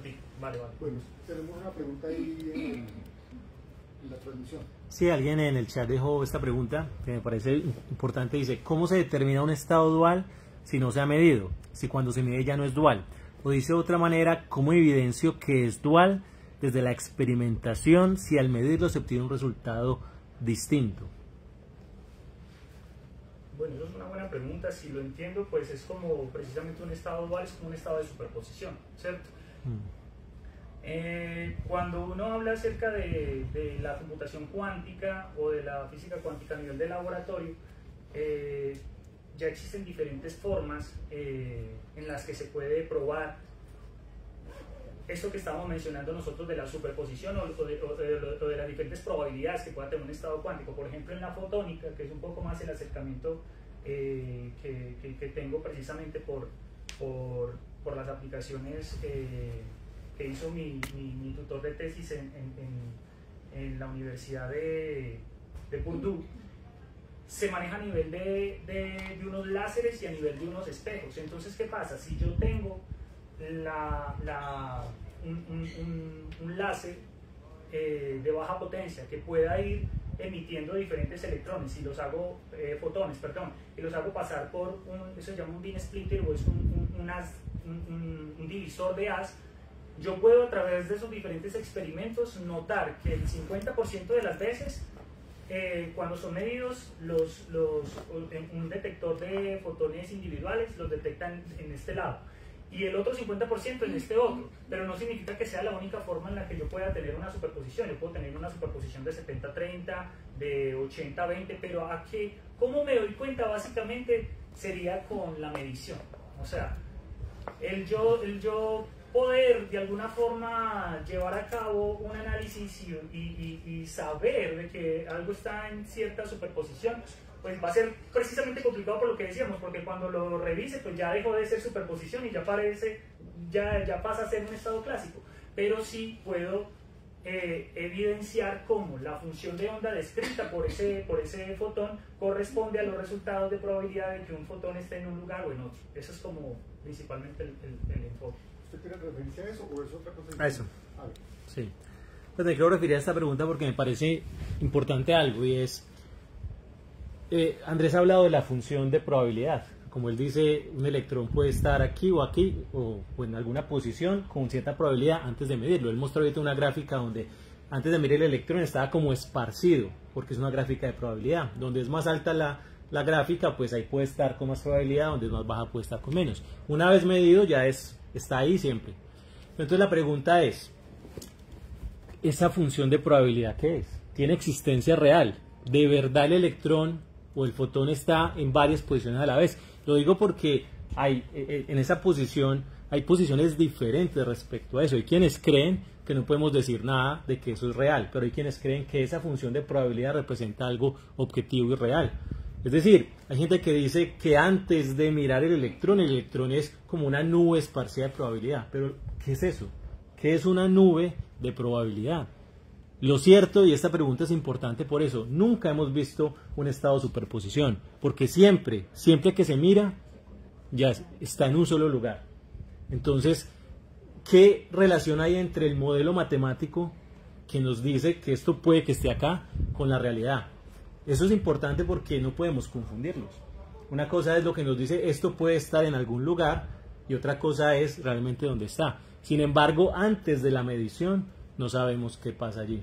No podemos decir que objetivamente o que en realidad el electrón está en varias partes a la vez. No sabemos qué es eso. Nunca lo hemos visto. No hay que confundir el modelo matemático, que es la función de onda, con la realidad. Muchas veces cuando se confunde, entonces ya empezamos a caer en que una función matemática es objetivamente real, cuando no podemos decir eso, porque no lo hemos visto. Una pequeña acotación, y es que precisamente cuando uno habla de la superposición cuántica y la relaciona con una moneda al aire, por ejemplo, uno sabiendo de que no es específicamente eso, es porque pues no hay un equivalente clásico a un fenómeno como la superposición cuántica. Entonces, claro, cuando tratamos de explicar esa superposición desde el punto de vista clásico, pues necesariamente vamos a llevar a situaciones que no corresponden exactamente como funcionan, pero que de una forma indirecta, como medir las veces que o esto pasa así, pues podemos llegar como a cierta intuición acerca de lo que pasa allí a nivel cuántico. Yo quiero decir algo. Yo pienso que una pregunta muy importante es si la mecánica cuántica nos parece ilógica. Deberíamos preguntarnos si es que ella es en sí ilógica o es que la lógica con la que juzgamos el mundo está mal. Yo creo que es una pregunta fundamental. Yo respondería lo segundo. Me explico. Nosotros estamos acostumbrados por nuestra escala en el que habitamos a juzgar las cosas en términos de metros, kilómetros, y en términos de tiempo, horas, días o años. Pero las escalas de la naturaleza son muy distintas, tanto en los macroaspectos como en los microaspectos. Y hay una ley de la dialéctica que dice que a medida que la materia va perdiendo niveles de acumulación o de agregación, las leyes intrínsecas a esas formas de organización cambian bruscamente, los famosos saltos cualitativos. Lo que hay en la mecánica cuántica es un salto cualitativo, porque pasamos de las esferas en las que nosotros estamos acostumbrados a movernos a unas esferas supremamente muy pequeñas. ¿Sí? Por ejemplo, la constante de Planck es una distancia, esa distancia de Planck es una cosa supremamente pequeña. Así como es muy grande los megaparsec, por ejemplo, a nivel del cosmos. Pero la pregunta es, ¿será que hay una lógica para cada una de esas esferas? ¿O será que no entendemos correctamente cómo aplicar la lógica a todas ellas? Entonces, en el espacio en el que nosotros nos movemos, nosotros estamos acostumbrados a que el movimiento, nosotros vemos el espacio de un cuerpo en movimiento. Y por ejemplo, podemos decir que se mueve a cierta velocidad y que está en tal parte. Pero cuando lo miramos a nivel cuántico, eso no es posible determinarlo, que es el principio de incertidumbre de Heisenberg. O sea, yo puedo decir dónde está una partícula con más o menos precisión, pero se me escapa la velocidad a la que va. O al contrario, sé la velocidad que lleva, pero no sé el sitio. Resulta que esa contradicción también es del movimiento a la escala nuestra, sino que es imperceptible. Es algo que es prácticamente despreciable. Pero no quiere decir que nosotros realmente sepamos al mismo tiempo posición y velocidad de un objeto a la escala que nosotros estamos. De ahí que yo creo que lo que está mal es la lógica nuestra, que es muy determinista. O para ponerle apellido, es aristotélica. La verdad, nosotros seguimos funcionando con la lógica del organón. Y el organón es un libro que se escribió hace 2300 años. Y todavía seguimos pensando con las leyes del silogismo del organón, de Aristóteles. Por ejemplo, cuando en el organón, Aristóteles dice, una cosa es lo que es y no otra cosa. Y resulta que la mecánica cuántica nos está mostrando que una cosa puede ser y no ser al mismo tiempo. Mire que ha atentado a la lógica aristotélica, lo rompió. Pero es que resulta que los aspectos nuestros también, esa lógica contradictoria también se aplica a los aspectos nuestros, sino que los despreciamos, lo mismo que el movimiento. Por ejemplo, nosotros estamos vivos o muertos. Si yo les pregunto a ustedes, ¿yo estoy vivo o muerto? ¿Ustedes qué responderían? En términos generales, sí. No, la realidad, hoy en día podemos afirmar categóricamente que yo soy la unidad dialéctica de la vida y la muerte. Y se los puedo demostrar. Como yo estoy muriendo a medida que vivo. Es más, vivo porque muero. Si no muriera, no podría vivir. Pero eso no se entendía hasta hace muy poquito. Entender la contradicción inherente a las cosas es muy difícil. Exige más esfuerzo que simplemente decir, no, eso es y no es. No, miremoslo en su contradicción. Entonces mire que la mecánica cuántica de bulto nos lleva a asumir una lógica de la contradicción. De una. Si usted no acepta la lógica de la contradicción, no entiende la mecánica cuántica. Esa fue la pelea de Einstein con Heisenberg y con Schrödinger y con Bohr. Porque él se propuso demostrar que era determinista, que era unívoca, que tenía causa-efecto, y empezó a buscar las tales variables ocultas y nunca la encontró. Es más, todos los esfuerzos que hizo Einstein se le volvieron en su contra, se volvieron comprobaciones de la lógica cuántica, una lógica contradictoria. Ahora, ¿cómo se...? Y aquí voy a cambiar de tema, pues eso para que pensemos lo de la lógica. Resulta que es un librito de un físico norteamericano que tiene un espacio de divulgación en Estados Unidos y critica pues la pseudociencia que está muy difundida en el mundo. A uno de los autores que él aquí critica es precisamente la utilización de la física cuántica por el médico Deepak Chopra. ¿Todos sabemos quién es Deepak Chopra? ¿O no sabemos? Yo creo que no. Deepak Chopra es un médico que se hizo muy popular en los años 90 tratando de aplicar los principios de la medicina ayurvédica india a la medicina occidental, apoyándose en la mecánica cuántica. Y así se presentaba.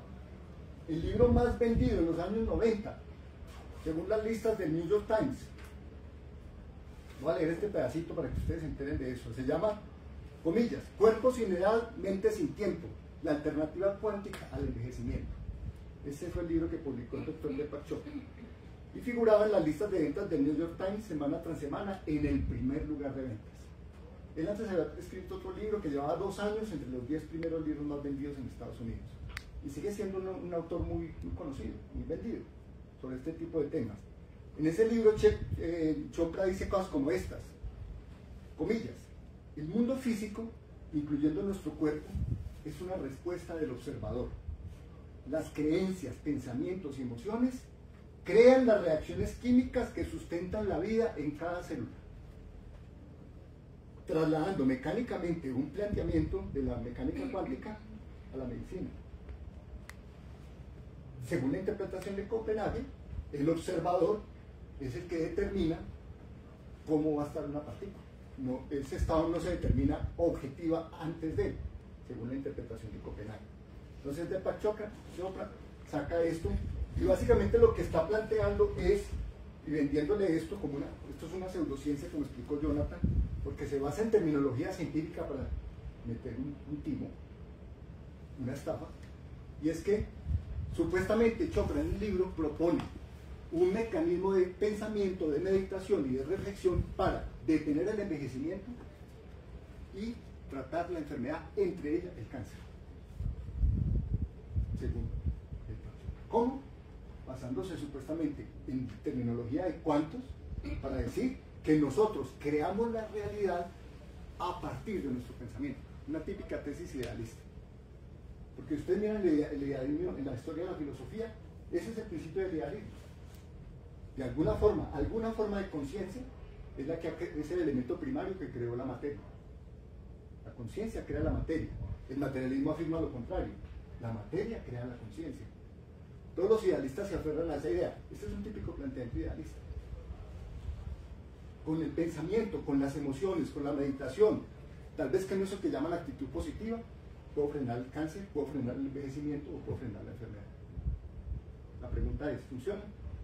¿Cómo hago para poner Es una imagen que Pablo colocó en el escritorio. Ya está abierta.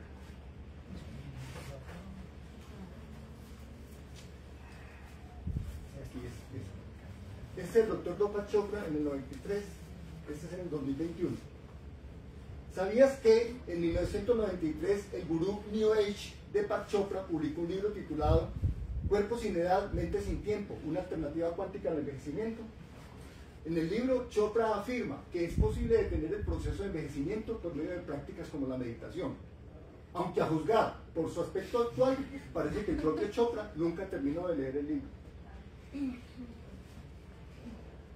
O sea, este es un meme, pues lo quise traer porque ridiculiza pues una cosa absurda, ¿cierto? Que realmente pues, un traslado burdo, mecánico, de unos planteamientos que se aplican a un campo muy específico, Andrés, muy específico. Por ejemplo, lo del principio de estar en 2 partes a la vez, ¿cómo se llama? El entrelazamiento. El entrelazamiento requiere una partícula que esté relacionada cuánticamente con la otra, no es cualquier partícula con cualquier otra, no, es que estén relacionadas, y si se dirigen a distancias, entonces aparece el efecto, pero no cualquier tipo de partícula. Es en experimentos supremamente controlados dentro de la física cuántica. Pues no, este señor, como todos los pseudocientíficos, traslada mecánicamente un planteamiento y pues vende eso a la gente y la gente se come ese cuento porque además el público norteamericano tiene la cabeza muy vacía. Cree que la salud depende simplemente de seguir viendo televisión, comiendo hamburguesas y papitas, seguir tomando cerveza. No, la salud requiere el esfuerzo diario, cotidiano, por cuidar la salud. Sin esfuerzo no hay salud. Y pasa por caminar, por trotar, por saber qué es lo que hay que comer, tener un trabajo que realmente sea satisfactorio, una higiene. La higiene es una cosa que requiere mucha disciplina. Básica. La higiene básica es fundamental en la salud. Entonces queremos que las cosas nos lleguen sin ningún esfuerzo. Un libro como estos, perfecto. Lo voy a pensar y primero no voy a envejecer, segundo no voy a enfermar. Y voy a pensar de tal manera. Pura charlatanería. Bueno, hasta ahí lo que quería decir. Sí, yo quería adicionar a lo que usted estaba mencionando. En el otro espacio que Andrés mencionó ahorita, que se llama Espacio y Tiempo para la Ciencia, donde hacemos ya como una dinámica un poco más charlada, estamos proponiendo la discusión de algunos capítulos de un libro de Carl Sagan que se llama El Mundo y sus Demonios.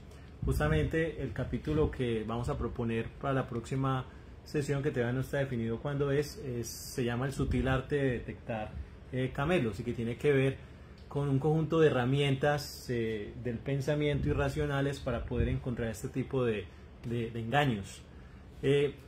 Yo quiero, digamos, plantear una pregunta, también voy a tratar de responderla, o por lo menos mi idea de por qué, y es por qué este libro es un bestseller. Porque un libro que habla de cómo detener el envejecimiento o de parar el cáncer es un bestseller. ¿Por qué? Pues porque todos le tenemos pánico al envejecimiento y a la muerte, y porque todos le tenemos pánico a la enfermedad, sobre todo cuando dicen cáncer. Entonces, cuando, y esto es, creo que en otras palabras lo expresa Carl Sagan, cuando uno está involucrado con aquello que quiere o que le están diciendo, uno es más susceptible de caer en un engaño. Entonces, si una persona está enferma y le dicen que aquí está la cura, uno es más susceptible de creer en ella, ¿cierto?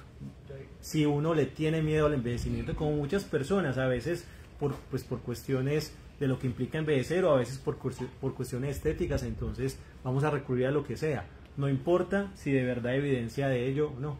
Es que hay algo que no podemos detener, la muerte no se puede detener, es imposible, y sin embargo tenemos mucho miedo de ella porque es uno de los miedos fundamentales, y eso hace que con más facilidad creamos este tipo de cosas. Entonces es difícil, justamente, y no hay que juzgar a la gente que cree, porque por un lado se necesita mucho esfuerzo para tener esas herramientas interiorizadas y decir, venga, sí, yo quiero una cura contra esto, pero venga, eso no quiere decir que lo que me están diciendo sea verdad, ¿cierto? Y la gente no tiene acceso al conocimiento, no tiene las herramientas, y de fondo y sin necesidad de que se lo incrusten, uno tiene ese miedo. Uno le tiene miedo a la enfermedad o a lo que sea, o también, como dice Pablo, es que, o sea, la salud implica mucho esfuerzo. Si me viene algo más fácil, pues también. Entonces, pues hago esta intervención también como una forma de invitación a que asistan también a ese espacio para profundizar este tipo de discusiones, y que ya hablemos específicamente en concreto de cuáles son esas falacias que nos venden como esta, por qué somos susceptibles, y tal vez discutamos entre todos de cómo estar preparados y por lo menos pasar todo por el filtro del pensamiento crítico antes de ir a comprar un libro como este. Yo quería mencionar precisamente ya para invitar a este otro espacio, y también lo digo a manera de mea culpa con lo que dice el compañero, por ejemplo, del título, porque yo a nivel de computación cuántica es donde, digamos, siento como una mayor solvencia, ¿cierto? A nivel de física cuántica, ¿cierto? En sus teoremas, en sus teorías, es un acercamiento un poco más empírico, por decirlo así, de lectura. Y no podía, digamos, como desde un punto de vista precisamente criticando los que hablan sin saber o charlatanería, ¿cierto? También como que tuve digamos, como esas dudas respecto a ciertas cosas que realmente eran así o no, porque pues no se han terminado de responder. Pero sí me pareció importante, digamos, en el desarrollo ya como tal de la charla, me di cuenta que precisamente hacia la física cuántica era donde apuntaba la mayoría de estas versiones, de estos engaños y de estas cosas pseudociencias. Y me llamó mucho la atención de que en la medida en que iba leyendo más, por ejemplo, me vi todas estas debates con Chopra, etcétera, y es muy interesante ver los comentarios también que surgen al respecto en estos debates, porque hay una cantidad de temas que estamos trabajando precisamente en los espacios de espacio y tiempo para la ciencia, como el tema de las falacias lógicas, Y hay muchos que se ven, ¿cierto? Entonces, por ejemplo, hay algunos que mencionan que simplemente porque tuvo un estudio una formación profesional, entonces ya el hecho de tenerla ya lo faculta para decir cualquier cosa. El tema, por ejemplo, de lo que mencionaba Jonathan también, de quienes creen que porque le curó o aparentemente, digamos, que tuvo una respuesta positiva en su enfermedad al leer los libros o al ver la experiencia, entonces ya eso lo faculta para decir que esto es algo cierto. Eso es otra de las falacias también que se ve. Hay también quienes tildan de arrogante al que habla de una forma científica de estos temas, porque dice, entonces compró la verdad, ustedes son... No, y hay que tener en cuenta que la ciencia no es arrogante, es un método, ¿cierto? No es que la ciencia como tal sea arrogante, lo que pasa es que ella tiene una metodología de hipótesis, de comprobación y de finalmente una conclusión basada en la evidencia que pues permite que una persona diga cierta cosa o no, porque tiene la evidencia. Entonces allí digamos que se genera cierto tipo de discusión, que esa parte yo diría que sería interesante, pero ya tratarla en otro espacio, es precisamente en lo que le comenta la gente, en lo que precisamente cuando ve un libro, hay gente que por ejemplo comenta ahí, cuando se le criticaba precisamente a Chopin nuestros libros, bueno, y entonces usted qué libro me recomienda pues, ¿me entiendes? Es como, si este no sirve, entonces dígame uno que me sirva. Entonces hay un tema obviamente de yo querer encontrar una verdad, pero la verdad de alguna forma implica un esfuerzo, ¿cierto? Implica que tengamos que venir a un espacio como estos para atender diferentes temas de ciencia, implica que yo tenga que leer un libro, implica que yo tenga que ver un video, y no es simplemente como que alguien se la entregue así, ya, esta es la verdad, ¿cierto? Y eso es como lo último que quería criticar y que tiene que ver precisamente con lo de... Gracias. Lo que percibo que uno de los objetivos de este encuentro es hablar sobre los peligros de que estas teorías científicas se saquen de contexto, porque no son para nada inofensivas. Hoy en día lo vemos cotidianamente con el hecho de manifestar, y es algo terriblemente peligroso y revictimizante, porque entonces alguien enfermo no manifestó lo suficiente y por eso está enfermo y por eso tiene una enfermedad terminal. Entonces, eso negaron las condiciones necesarias que deben darse, unas estructuras que hacen que esa persona enferme cada día más, pero se niega completamente, y es muy conveniente para el sistema hacer creer que la culpa la tiene el individuo por no manifestar o por no tener pensamiento positivo suficiente. Entonces ahí es donde está la complejidad de que esto no es para nada inofensivo y que se aprovechan del aval que tiene la ciencia para utilizarla y sacarla de contexto para conveniencia de muchos otros ámbitos. Entonces ahí también quería como rescatar precisamente que era el objetivo también de hecho, nosotros hemos repetido mucho ese eslogan que salió de un manifiesto de científicos europeos contra las pseudociencias y específicamente contra la homeopatía, y sale como una consigna: la pseudociencia mata. No es para nada inocuo. Por muchas razones, pero una evidente: si usted cae en garras de la pseudociencia, se va a demorar más tiempo en que la verdadera rama de la ciencia, que puede tratar o detener la enfermedad, actúe. El caso de Steve Jobs fue paradigmático, el fundador de Apple. Era un hombre con muchos recursos, con mucha capacidad, con mucha inteligencia, pero creyó en la frutoterapia cuando le diagnosticaron cáncer. Y se puso en manos de los expertos en frutoterapia, creo que 3 o 4 años. Cuando efectivamente la muerte lo estaba alcanzando, quiso venir, ya era muy tarde. Ya era muy tarde para lo que era. Y tenía todas las posibilidades del mundo. Entonces, el lema, la pseudociencia mata, es efectivo, es real. En el caso, por ejemplo, del movimiento antivacunas, es gravísimo, las consecuencias son terribles. Porque si hay un invento científico que ha salvado vidas, es la vacunación. Que no es perfecto, que tiene problemas, que hay reacciones, que hay un porcentaje, todo, cualquier medicamento. Abran un vademecum y miren las reacciones alérgicas a la penicilina, en cuántos pacientes se dan. 1 de cada 2.800 tiene una reacción alérgica a la penicilina. Cualquier alimento. Cualquier alimento, Jorge Luis, que es médico, me ayuda. Entonces, ahorita vemos que la vacuna de AstraZeneca, que fue la que desarrolló la Universidad de Oxford para el COVID-19, generaba unos problemas de trombocitopenia, o sea, una caída bruta de las plaquetas y con serios problemas de coagulación gravísimos, en un porcentaje como de 3 por cada 100.000. 3 por cada 100.000. Mucho más bajito que la penicilina que se usa por millones todos los días. Pero entonces los antivacunos se pegan de que, sí, mire, esa señora, mire la trombocitopenia. Venga, es que nosotros manejamos trombocitopenia todos los días por diferentes razones.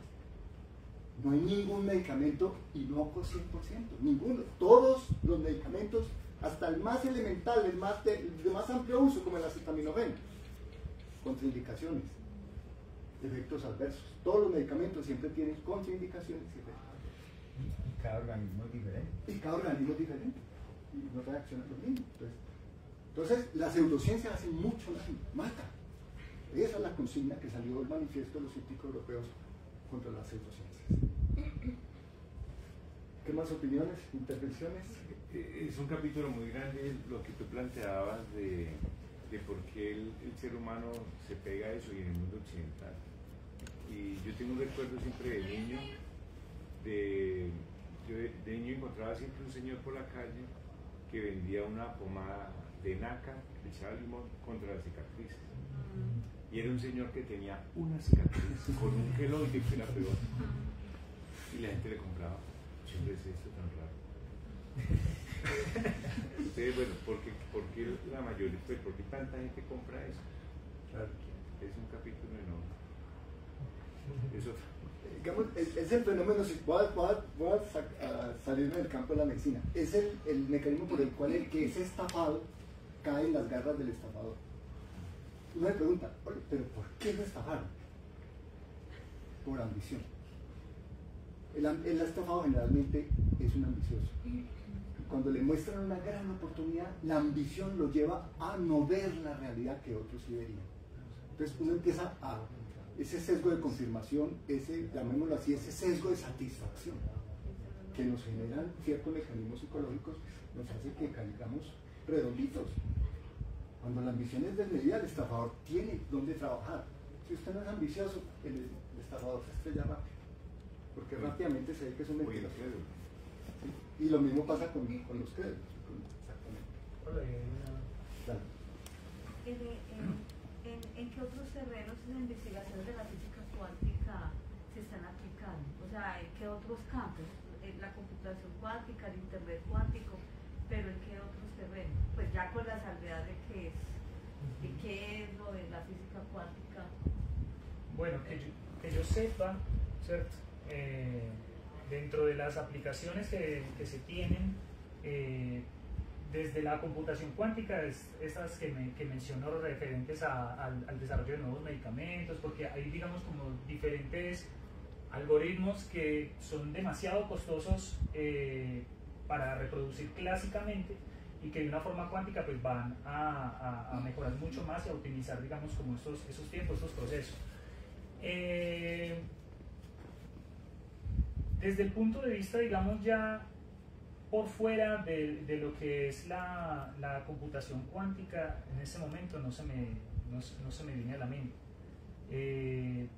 Digamos que hay como una especie de patrón a seguir, y es que si tú tienes, por ejemplo, la posibilidad de tener un estado superpuesto, y tienes, digamos, como diferentes elementos que te aporta, digamos, como una aceleración por tener ese estado, por tener el entrelazamiento cuántico, digamos que ya de por sí ya es una aplicación. En mi caso particular, los que conozco es desde el punto de vista de hacerlo computación, desde la computación cuántica, pero más allá de eso, de pronto te podría mencionar uno que surgió en una de las charlas sobre computación cuántica de altas dimensiones, y es el poder, por ejemplo, desde la música, tener elementos que puedan pensarse cuánticamente. ¿Cómo es esto? Por ejemplo, si tú tienes la definición de un estado cuántico relacionada, por ejemplo, a que cierta propiedad esté encargada de manejar el volumen, por ejemplo, de la nota. cierta propiedad, por ejemplo la amplitud del volumen, cierta propiedad como la frecuencia, puede manejar la duración de la nota, y aparte de eso tienes la posibilidad de tener estados superpuestos. Pues entonces tú puedes pensar en una aplicación como que yo tengo un instrumento que funciona como un qubit, que va evolucionando en el tiempo, que parte de una nota, y al pasar por las diferentes compuertas cuánticas pues voy creando una melodía. Y que si tengo otro instrumento, por ejemplo, en vez de una guitarra, un piano, que es otro qubit, y que están entrelazados cuánticamente, yo puedo empezar a relacionar propiedades cuánticas a propiedades musicales, y puedo decir, por ejemplo, que voy a orquestar teniendo en cuenta, no sé, un experimento fotónico. O sea, que puedo decir, aquí suena el algoritmo de Shor, y lo que hago es, partiendo de un estado inicial, aportando cada qubit a un instrumento musical, pues entonces voy a tener un desarrollo. ¿Qué es lo interesante? Que a medida que yo vaya ejecutando las diferentes compuertas cuánticas, o los diferentes, o a través de que la luz vaya pasando por estos espejos que básicamente se traducen en cuántica, voy a tener algo muy interesante, y es que yo no voy a conocer el resultado, porque como va a estar colapsando a diferentes estados, ¿sí? Es algo como que se puede notar algo así como una improvisación, ¿sí? Eso, por ejemplo, es una idea que hace tiempo pues, me viene rondando la mente con respecto a qué pasaría si a través, digamos, de la música yo relaciono un instrumento a un qubit, y en cierto, no sé, me lo imagino como un Spotify cuántico, por decirlo así, y que yo tenga una canción que en cierto pedazo sé que es una improvisación, y ahí es donde entra en juego, digamos, la superposición y el entrelazamiento a mirar qué va a salir de ahí. Se me ocurre, por decirlo así, pero hacia dónde se tiene como la aplicación, las puertas están totalmente abiertas. En el lado de la computación cuántica sí conozco muy bien que se está desarrollando, como decía, en el desarrollo de nuevos fármacos, en la parte de criptografía cuántica e internet cuántico, en la parte de logística también.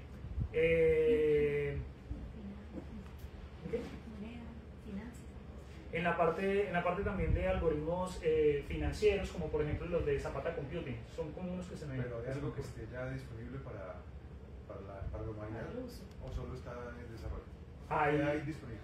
En este preciso momento lo que está disponible son rutinas cuánticas que se pueden ejecutar, como les decía, en servicios en la nube, que van y aplican, digamos, esas rutinas sobre chips cuánticos. Los chips cuánticos ya están con cierto nivel de precisión, cierto nivel de coherencia, y con ciertos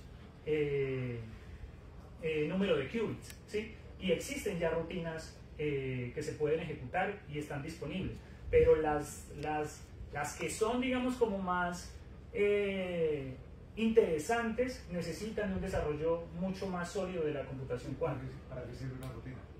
Por ejemplo, una rutina es un algoritmo, ¿sí? Entonces es como, ¿para qué sirve un algoritmo? Dependiendo de lo que quieras. Hay algoritmos de búsqueda, hay algoritmos como este que mencionaba de Shor, que es para encontrar los dos números primos, por ejemplo, a través de un proceso de factorización de un número muy grande, y poder descifrar, como mencionaba anteriormente, el tema de la criptografía clásica, la criptografía tradicional.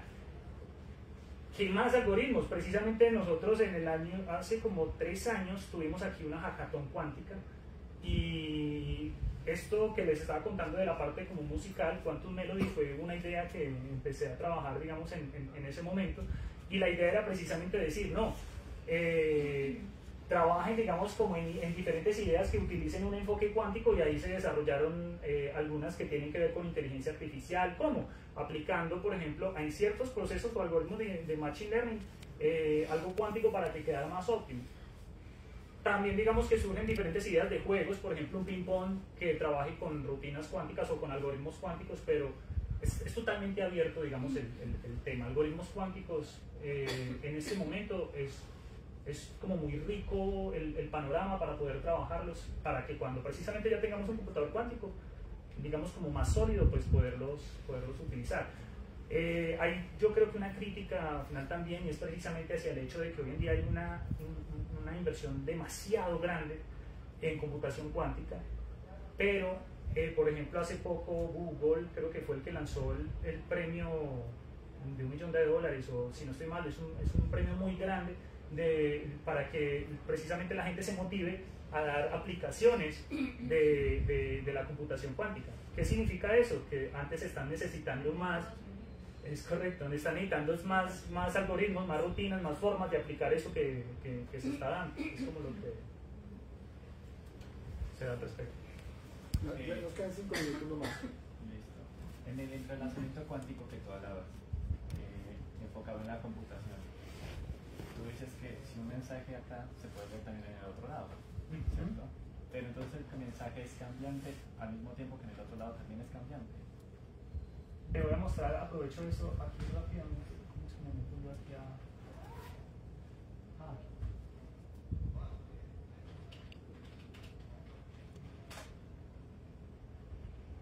Este, por ejemplo, es un simulador de computación cuántica, ¿sí?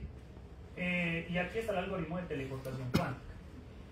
¿Qué es un simulador de computación cuántica? Es que si yo estoy trabajando en un laboratorio de física cuántica y de alguna manera quiero saber para cierto experimento, para cierta configuración, cuáles son las salidas de ciertas entradas, pues me puedo apoyar en un simulador. Este, por ejemplo, es un simulador cuántico de 2 dimensiones.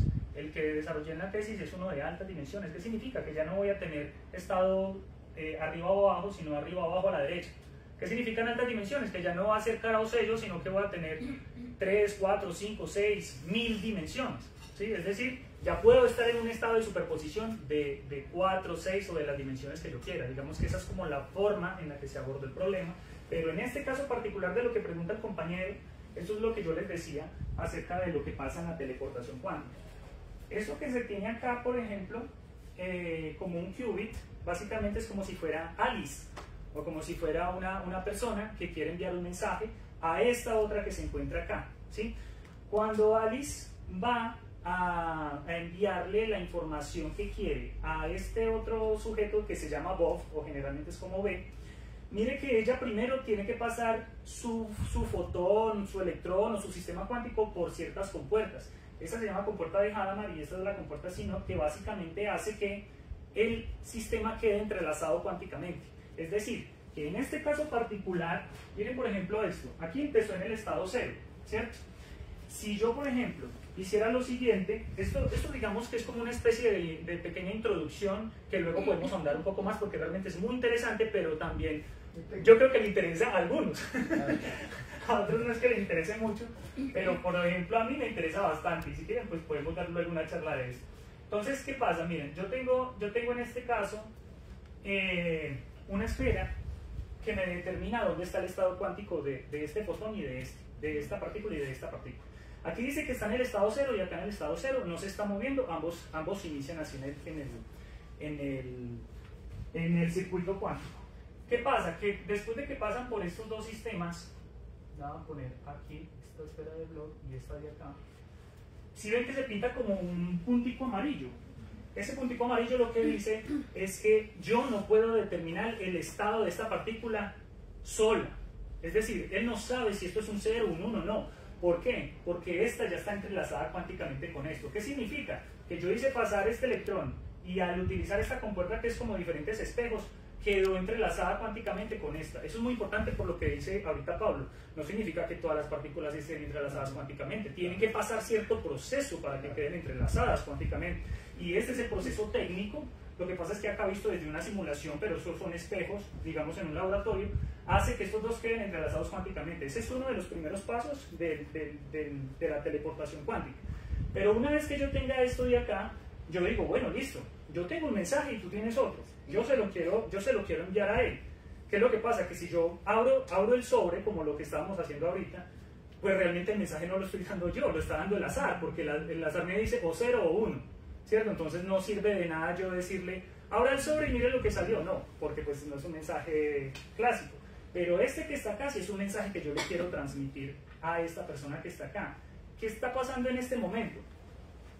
Cuando yo hago, digamos, como relacionar el mensaje, yo como persona que lo envío, con esta otra partícula, con este otro sobre, aquí estas compuertas se llaman compuertas de medición. Es decir, yo tengo que medir y hacer colapsar, digamos, el paquete que yo quiero enviar. aquí colapsó ya. Esto se llama compuertas de medición y colapsó. Esto que está acá básicamente son mediciones que yo le digo a él, mire, vea, cuando usted reciba cuando yo le diga, o sea, yo me comunico con usted, yo le digo, le voy a enviar una información, que es esta que yo le envío, aplíquelo a su paquete, ¿cierto? ¿Y qué pasó? Esta información que yo le estoy enviando aquí, que se cuenta como mensaje, este mensaje que yo le estoy, el mensaje del estado cuántico, si ustedes ven, él lo está recibiendo después de aplicar esto que yo le dije que aplicara, y aquí parece como si estuviera en tiempo real, ¿cierto? La pregunta, digamos, como que hace el compañero es muy importante porque es para que el mensaje sea recibido implica que sí o sí, constantemente, yo tenga que estar desde el punto de vista de quien recibe el mensaje haciendo colapsar, es correcto, el paquete o la partícula como tal. Entonces, este es el circuito de teleportación cuántica, digamos en términos generales, y pues ya ahí ya terminando se puede notar que la información que está llegando acá se está teleportando a este otro elemento de aquí sin necesidad de que viaje en el camino esta información que yo quiero enviar. No sé si eso de pronto ya aterriza un poco más. Bueno, se nos acabó el tiempo. Recordarles, en el primer semestre nos estuvimos reuniendo en la mitad de estos espacios que son mensuales y los estuvimos esperando a usted que nos invitó tanto que abriéramos otros Gracias, espacios. aquí llegué hace 3 semanas. Listo. Pero, Entonces, para esta que viene, nos estamos reuniendo en Café Basto, que es en la 16 con sexta. En la sexta, entre... El 15 y 16. Los miércoles, más o menos 15 días después de esta reunión, a las 5:30 de la tarde, 5 de la tarde, perdón, para seguir profundizando temas que aquí no hay suficiente tiempo de dar. Entonces, como todos nos dieron el correo y quedamos con los datos, ahí les hacemos llegar la invitación, o si nos quieren acompañar. Muchas gracias por haber asistido. Carrera Sexta 15-25. Carrera Sexta 15-25, Café Básico.